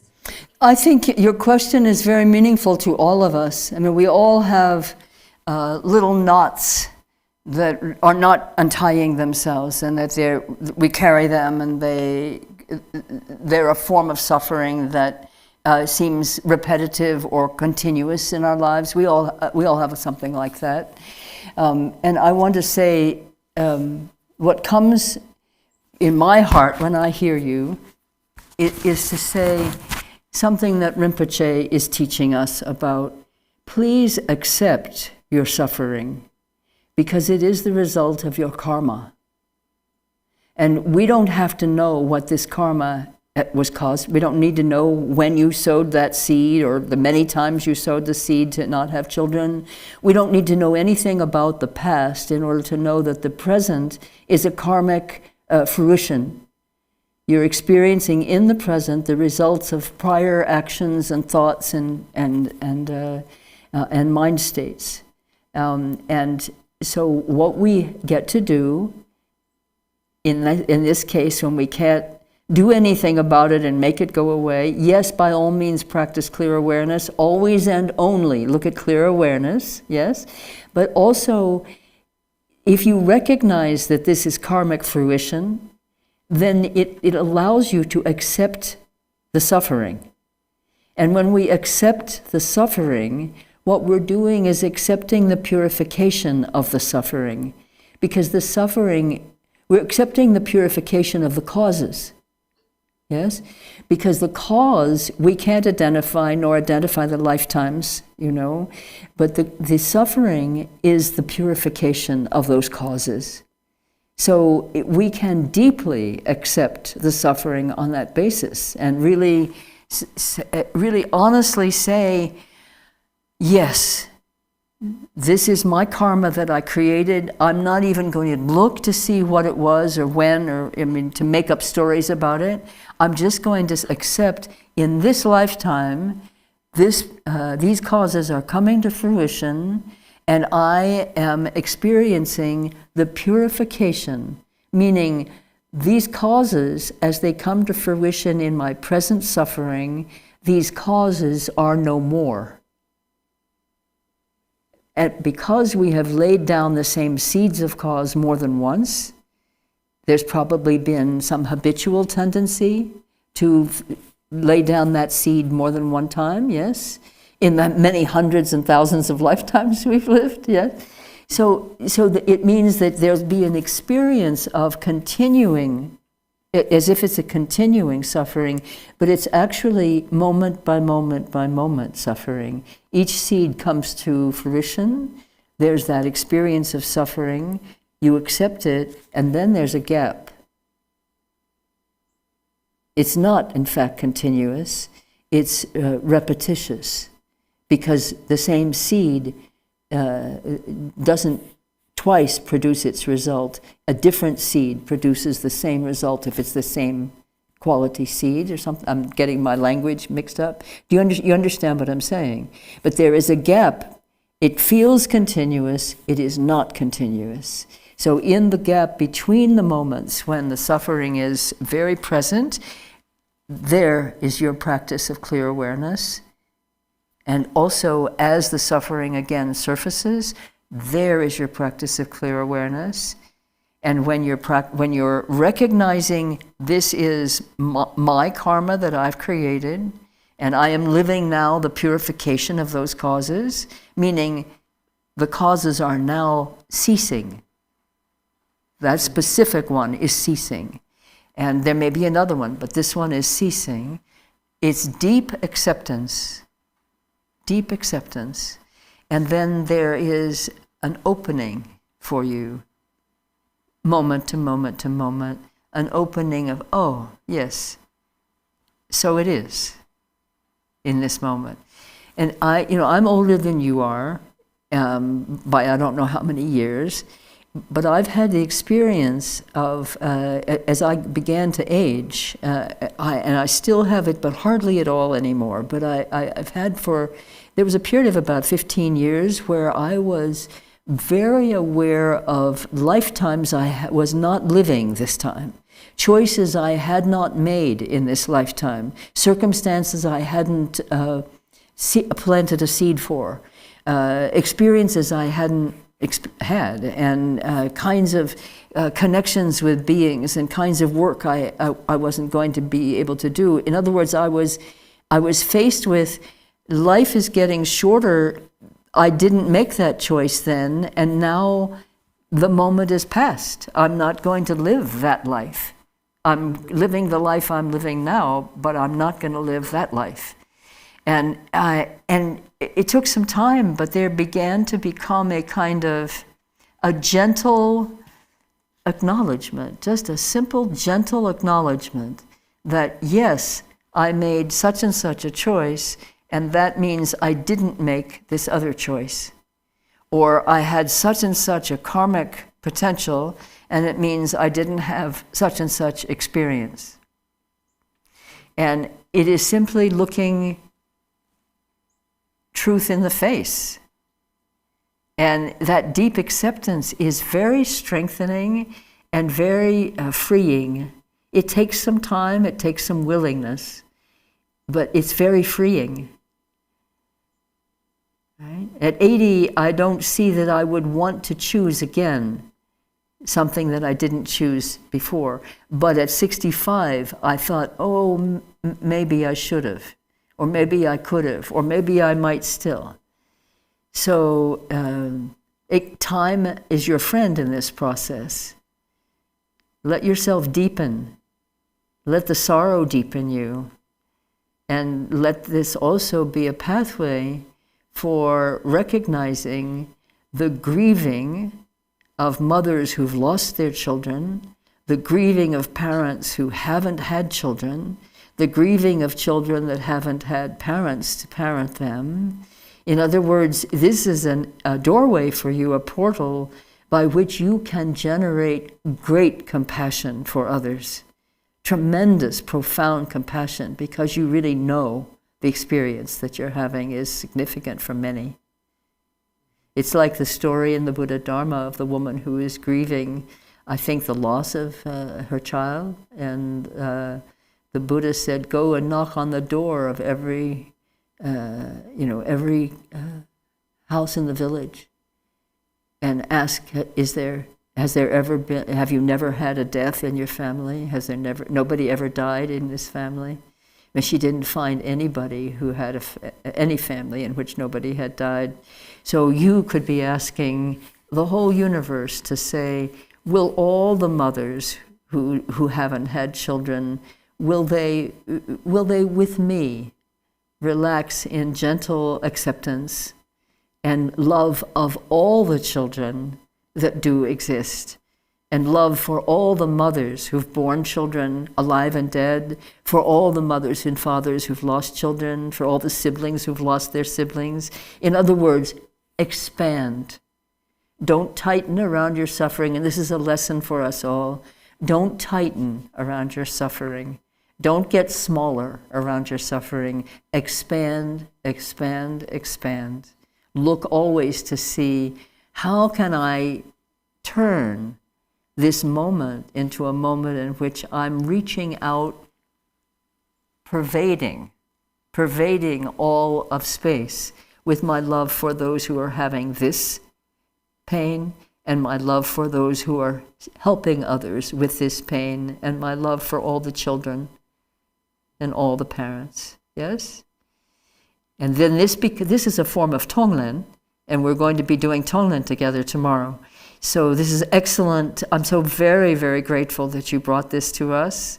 Thank you so much. Do you see how your suffering is a gift for all of us who are even hearing about it? So thank you very much, Samina. Thank you. Thank you. And thank you. That's very helpful. And I have thought of that as, a gift in the sense that everyone has a wound of some sort, of something they regret or something they wish they'd done, or just something. I mean, all beings have some sort of wound of suffering that can be somewhat pervasive, whether it be about this or something completely different. And it helps me to just then feel that I am connected to that suffering. And I think that does help open up greater compassion as well. Yes. So yes, thank you. And Thank you. I definitely like the, reminder of that it's a purification of my karma, and that this suffering is something that I'm going through for a reason, and then I can just make peace with it and just have a gentle acceptance. Whether it be here forever, even if it's here till the day I die, just to be at peace with this aspect of my being. So thank you so much for your beautiful teaching. Thank you, Samina, and thank you for all of you who were resonating to what she was describing. I could see in your faces, many of you, and I was also aware just energetically how we were all present together with this, because we all have something like this. Yes, we all have something like this. Thank you very much, Samina. Thanks, Maria. I see the heart. I see Aristo was the next person on our list of people who had their hand up. Can you lower your camera so I can see your lips move? It helps me hear you. Thank you. Can I get a full half screen of Aristo? It will help me see the speech. Thank you. Not hearing you. Hold on a second. Now, can you hear me? Can you hear me? Yes. Is this Aristo speaking? Hey, Barbara. Yes. Okay, good. Yeah, Now I hear you. Yes. And your lips are moving while I'm hearing. That's good. Fantastic. I'm actually Claire Sudak. You're actually what? Years ago. Name is Claire Sudak. I'm not getting them. Claire. Oh, you're Claire.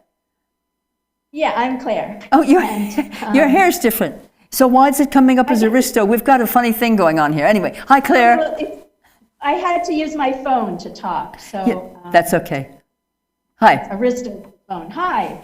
And I think that this question may be premature given what you just said. I had wanted to understand the difference between the equanimity practice and Tonglen, but it sounds like we'll be speaking about Tonglen tomorrow. Well, we will be working with Tonglen tomorrow, and there is a difference, and there's also very strong linkages. So my interest would be in hearing those of you who are aware of that and in your own experience to speak to that and to share with me what your experience is. Here's the thing, that I love that expression, that American expression. Here's the thing. The core practice of the Bodhisattva is Tonglen in its essence, right? Not necessarily a formal practice, but in its essence. And we're going to be touching on that tomorrow. And I would invite those of you who have downloaded the document that I gave you for verse 11 to read about Tonglen before we meet tomorrow, if you can.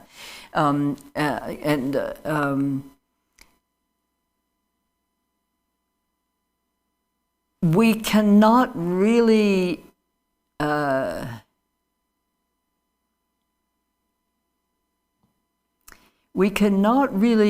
fully engage the practice of giving and taking, giving and receiving, the exchange of self for other, as long as we're clinging to self. And at a deep level, the equanimity practice is a lift-off from the clinging to self. Okay? Does that? Okay. Yeah, that totally makes sense. Yeah, I think that's probably a direct response to your question. Yeah, thank you. Yeah, that's perfect. Good. Thank you. And then something came up on the chat, but I didn't see it. I didn't catch it before it went down again. It was about sharing the document which you just mentioned. It's on the website, the Garchen Institute website. In the announcement of this event, there's also a place where you can click on something that says Documents for Download, and you'll see there, I don't remember exactly what the title was that was given to the document, and maybe Jordan will pop up on your screen and tell you, but it's chapter, it's verse 11. It's the commentary on verse 11 of the 37 Bodhisattva practices in the book Brave, Generous, and Undefended. And the pages were 112 on. So that document is available for download. If you have the book, you don't need the document. If you have the document, however, you still need the book because there's more in there. I'm my own publicity agent. My book came out 5 minutes before the pandemic hit. So I'm very appreciative of the wonderful responses to the book, but it hasn't gotten very far out into the world population because I wasn't able to travel with it and take it. We were going to do a national tour, and then the following year an international visits, but of course none of that's happening. So. But anyway, I'm really happy I can make available sections that are particularly relevant to what we're looking at a given moment. So we had somebody then speaking, and I didn't hear what that person had to say, or I didn't catch it on the chat. What was it? What in the chat? It was someone just shared the link to our Garchen website. Oh, okay, good. Thank you very much, whoever did that. Thank you. We did have a written question a while back. Okay. From MCM, who's in here. I don't know if they want to unmute, but they asked, what is mind-to-mind meditation? Oh, yes, it's nothing mysterious at all. It's, if I'm sitting here, because that's what I spoke of for this evening's meditation, if I'm sitting here and I'm practicing clear awareness and generating bodhichitta, my mind is not separate from your mind.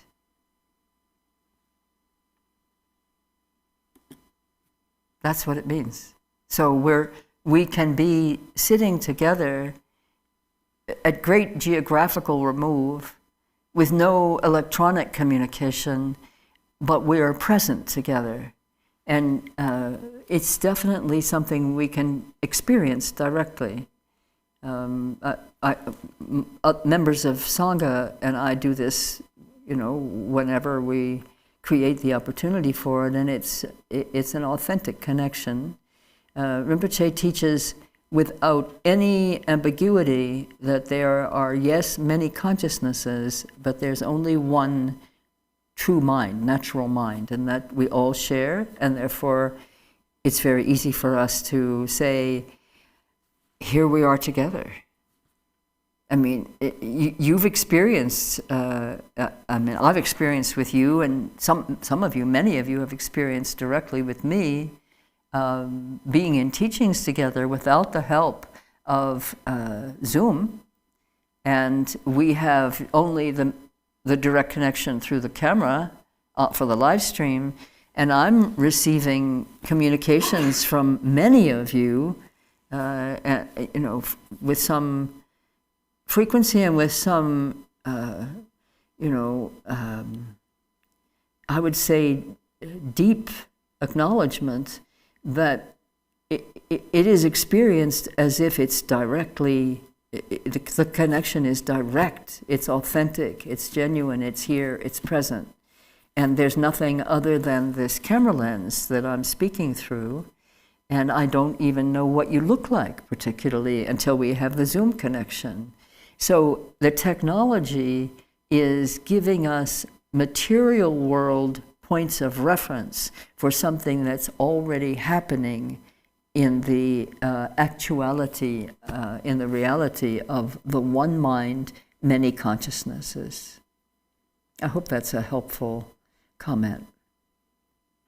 It was helpful to me to hear me say that. Thank you very much for that question or comment.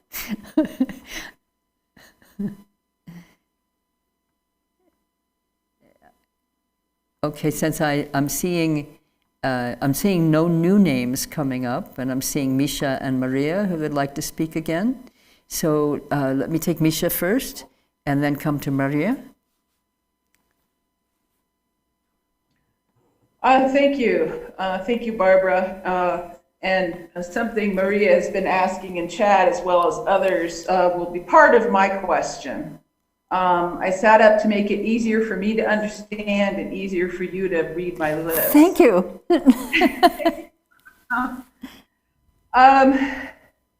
So I just need to first disclose that I'm feeling very vulnerable and anxious about my question. I haven't shared very broadly yet that earlier this year, I experienced stream entry as far as I can discern. You experienced what? Stream entry, reaching the first bhumi. I'm not catching the word. Stream entry. Stream entry, the first bhumi. Yeah. Right. The great joy. Yes, absolutely. Very joyous. In fact, I went through an infatuation phase when I wanted to share it with everyone.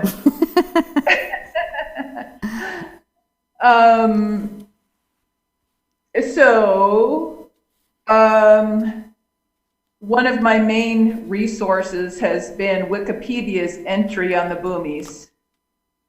And I've gotten advice from a teacher here, a teacher there, a Buddhist nun here, you know, a question and answer there. And I find it helpful, and at least the first bhumi is pretty clearly delineated. But then when it comes to the second one, it's like, who knows? And I don't know how much it matters for exact discernment where I am on the path. What I do notice is that I just feel much more naturally drawn to refining my ethical conduct and also deepening meditation practice. I'm really wanting to do much longer silent sits. It's like, shut up, I don't want to hear the guidance, and could we please do 45 minutes instead of 30?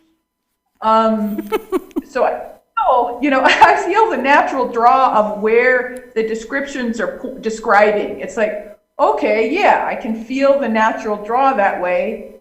I also know that without guidance, it's very easy to go astray, to get caught in a metaphorical sand trap. And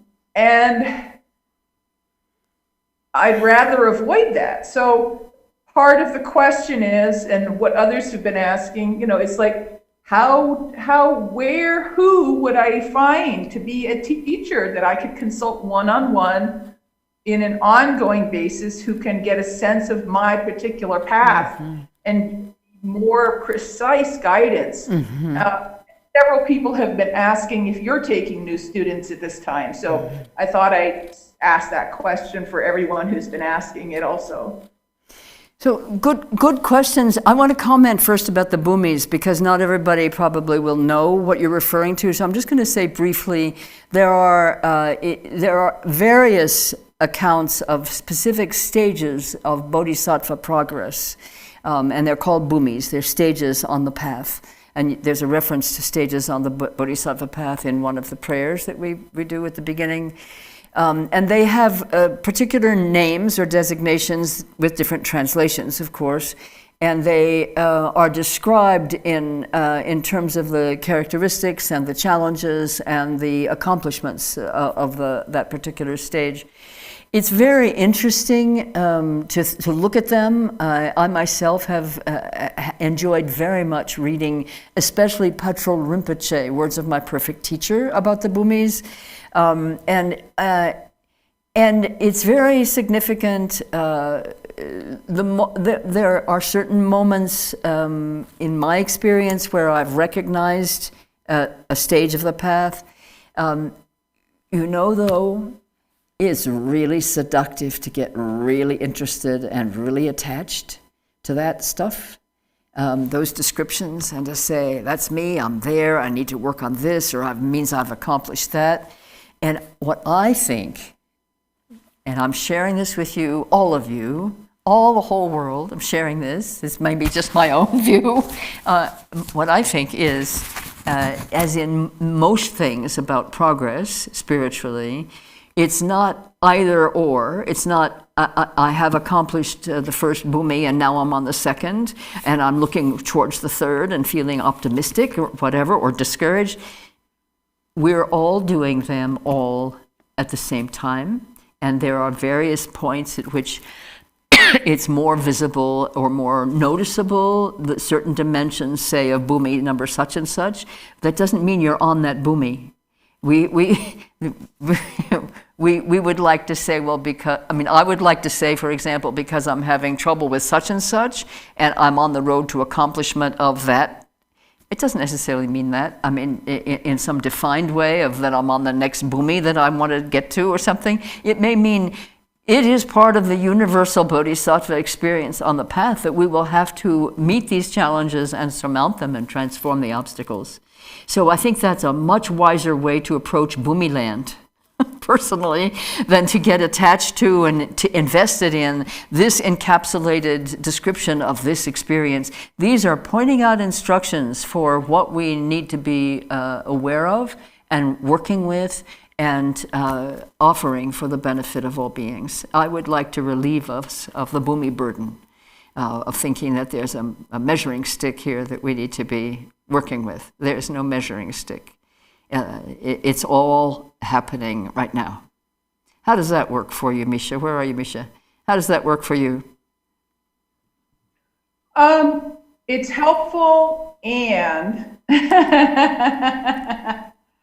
part of what has shifted in my experience, in my view, after certain experiences, is a much deeper understanding of how the Bodhisattva path is in part a very developmental process. Mm-hmm.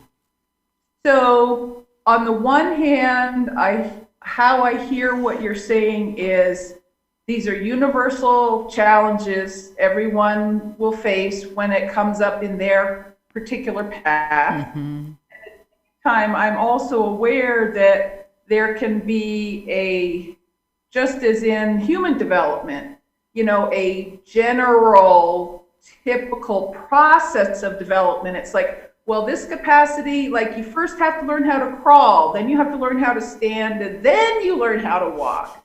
So not so much fixation, but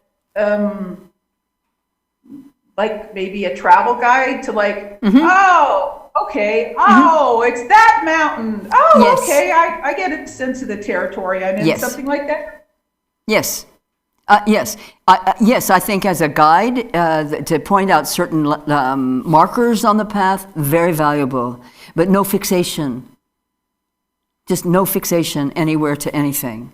Yes? And then, yes. And then in terms of finding a teacher, it depends a little bit where you are. Obviously, I mean, but in the current circumstances, we do have access to, to people who are, at distance from us. But depending on where you are, there might be resources very close, or maybe you need to make connection with a center, in the general area, or maybe not. And so I would suggest, if you want to explore that a little bit more, contact me. And we can talk about it, and maybe I can look with you at what the resources are where you are, and we can look together to see what it is you need and are looking for. And if I can be of any assistance, of course, I'd be happy to. Okay? Yeah, thank you, Barbara. Okay. I'm imagining you mean geographically where I am. I actually live the one town over from Garchen Buddhist Institute in Chino, so. Well, that's very convenient.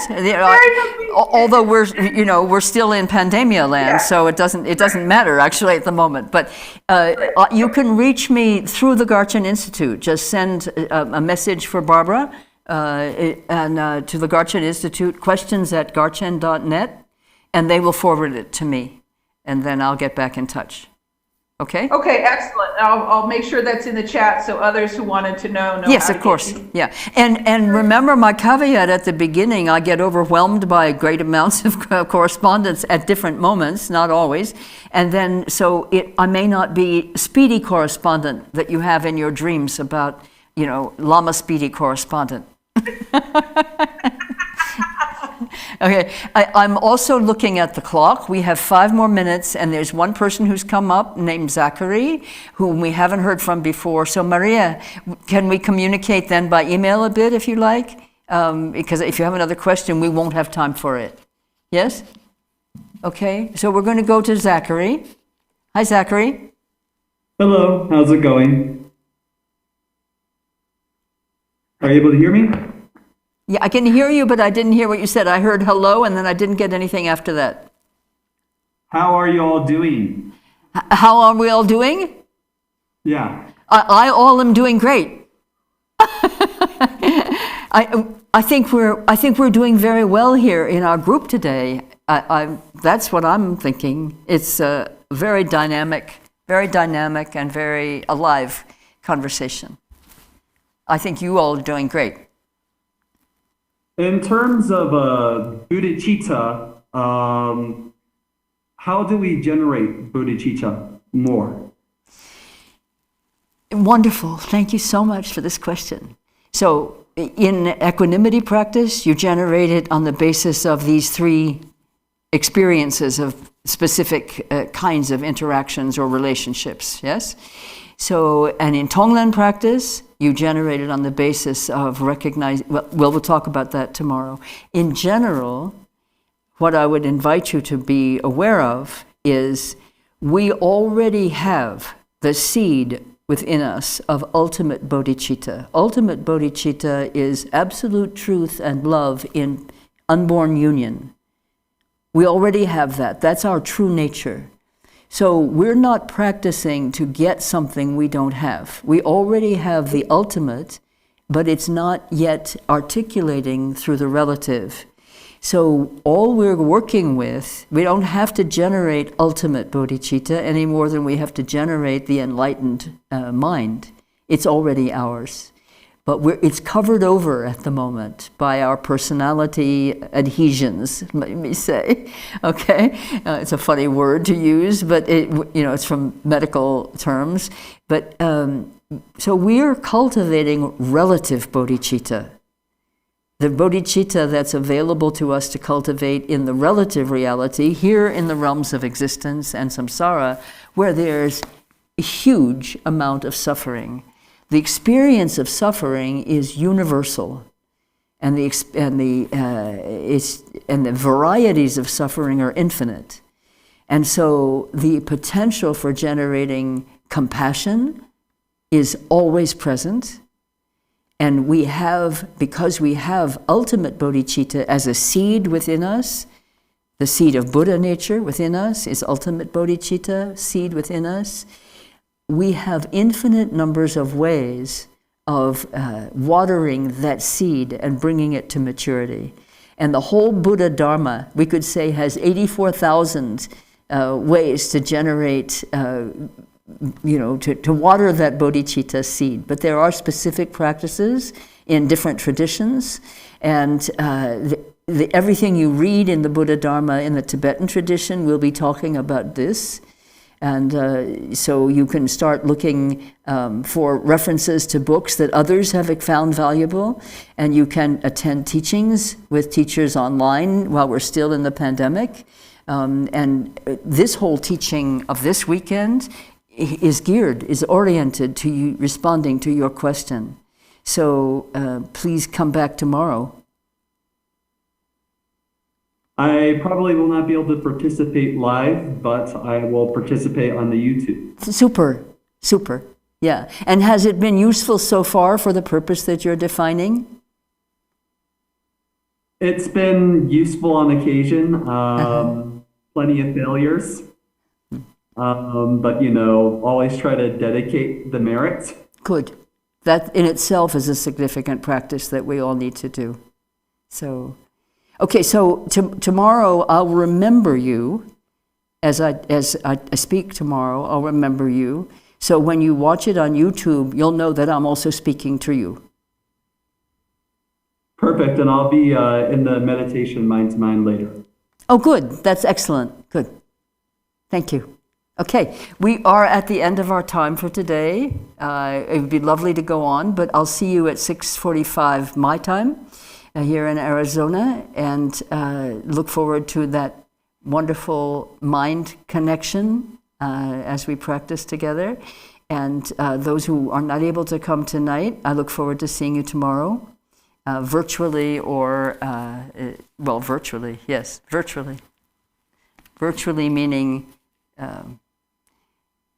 in current discussion, the word virtually means not physically, but something that is virtual is something that actually I think usually means something, it's virtually means it is true in some dimension. So let's meet in that true dimension. Yes? I'm not sure, I may be misinterpreting the etymology there. I do that a lot because I like to play with words. Okay, so we'll do our closing prayers. It'll take us a little bit over the amount of time that we have available, but it's important that we do these prayers of dedication and supplication. So for those of you who have the prayer book, it's some of the prayers will be in the blue book and some will be in the yellow book.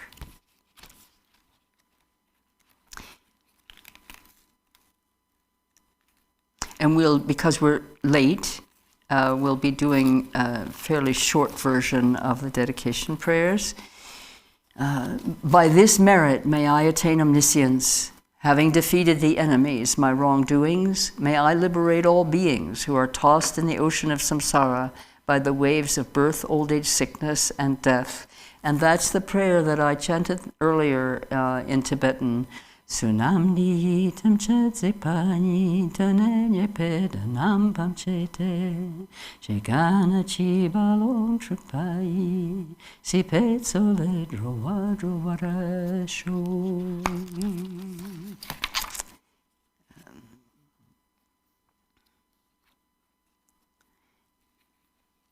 By all the virtue actually performed and mentally created by myself and all sentient beings of the three times, may all beings of the six realms attain the five kayas and realize the primordial wisdom of the Buddhas in the Dharmadhatu mandala of the awakened mind. Glorious root guru, precious one who sits upon a lotus at my heart, hold me with kindness and grant me all accomplishments of enlightened body, speech, and mind. May the Buddha's teachings, the only source of benefit and happiness, endure long, and may the victory banner of longevity for those upholding the teachings be steadfast.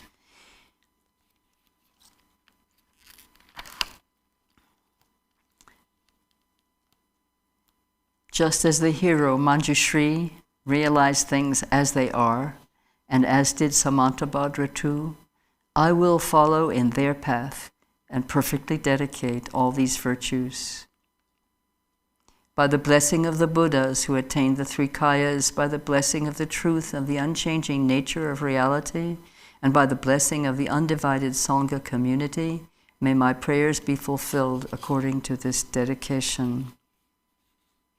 By the virtues accumulated in the three times by myself and all beings in samsara and nirvana, and by the intrinsic root of virtue, may I and all sentient beings quickly attain unsurpassed, perfect, complete, and precious awakening.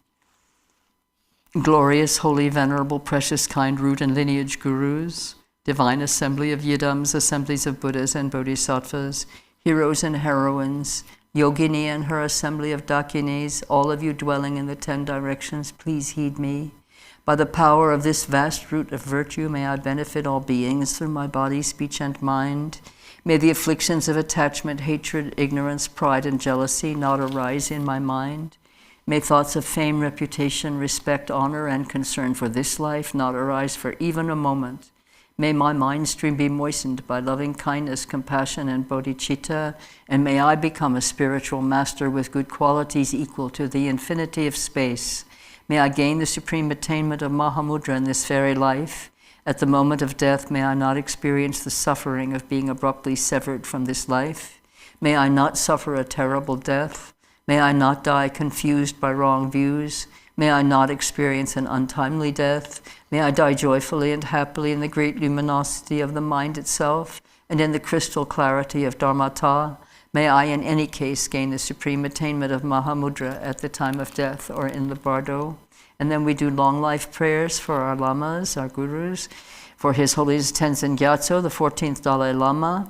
For this realm encircled by snow-covered mountains, you are the source of all benefit and happiness. Tenzin Gyatso, Lord Chenrezig, may you remain steadfast until the end of samsara. And for the head of our lineage, there are two lineage heads. This is His Holiness Drikung Kyabgyun Chetsang Rinpoche, embodiment of the three jewels, great being who upholds and increases the teachings of the Shakyamuni. Supreme are your activities of guiding others with your perfect deeds. May you, the precious Guru who accomplishes everything spontaneously, live long. And Chetsang Rinpoche is just to the left of, can you pan up? I realized the people are not in the room with me. All of a sudden, I realized they are not in the room with me. But one mind, but not one set of eyes. Okay, if we pan up, there's Dalai Lama in the center, and to his right, but to our left, is His Holiness Chetsang Rinpoche, and to his right is His Holiness Chungsang Rinpoche. These are two brothers, the two lineage holders of the Drikung Kagyu lineage, which is the lineage within which we are held here. It's the lineage of His Eminence Garchen Rinpoche. So the second brother, the second holder of the Drikung lineage, His Holiness Drikung Kyabgyun Chungsang Rinpoche, holder of the teachings of Lord Drikungpa, great Lord of the Three Jewels, through the power of your peerless compassion and the holy Dharma's peace and light, you bring relief to beings. May your life be long. Did I read the one for His Holiness Chetsang Rinpoche? Yes. You sure? Thank you. And for His Eminence Garchen Rinpoche, the one known in the noble land as Aryadeva, emanated into the Gar clan of eastern Tibet as Chudingpa, the heart son of Jigten Gompo. May the life of glorious Garchen remain steadfast for 100 eons.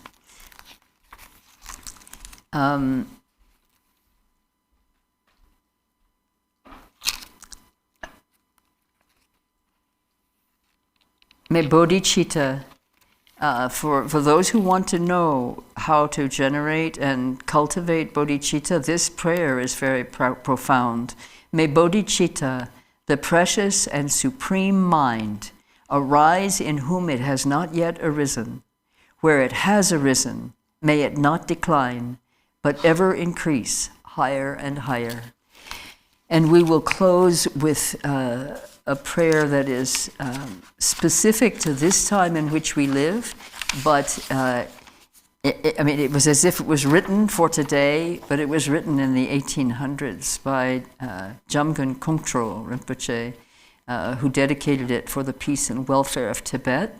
But there's some slight revisions that have been made that make it applicable to the whole world, and as well applicable to humans rather than simply specifying men. So this prayer is very powerful. If you can, it's on page, in the blue book of prayers, it's on page 38, in this book of the Drikung Kagyu prayer books. It's on page 38. But I have changed one word in the third verse, where it begins, due to the degeneration of times. In the prayer book, you will read, men and cattle are seized by epidemic disease, but I will be reading it, humans and cattle, okay? So, prayer for world peace and welfare. The three jewels and three roots, trustworthy source of refuge, and in particular the Lord of Snow, Avalokiteshvara, Jetsun Tara and Guru Padmasambhava, I supplicate you, please follow your previous pledges. Bestow blessings that this aspiration prayer may be fulfilled most perfectly. Due to the degeneration of times, when thoughts and deeds of beings are perverted, and the inner and outer elements have lost their balance. Humans and cattle are seized by epidemic disease previously unheard of. Intruding Rahu's Naga's powerful demons and dark forces, blight, frost, and hail, bad harvest, warfare, and so forth, erratic rainfall, heat, misery, and droughts in the world, destruction by the elements such as earthquakes and the threat of fire, and in particular barbaric offenses causing harm to the teachings are rampant. May all types of harm and injury around the world be swiftly pacified and overcome. May precious and supreme bodhichitta spontaneously arise in the mind streams of all beings, human and non-human, and may they be free from destructive thoughts and deeds. May all be endowed with a loving mind for one another, and may well-being, glory, and prosperity prevail throughout the world. May the Buddha's teachings spread far and wide and ever last. By the truthful power of the three roots, the Buddhas and Bodhisattvas, by any root of virtue existing in samsara and nirvana, and by the power of our perfectly pure highest intention, may the fruition of our supplication and aspiration be attained.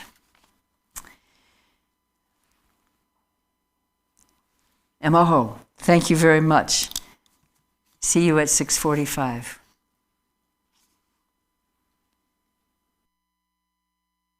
Love, love, love.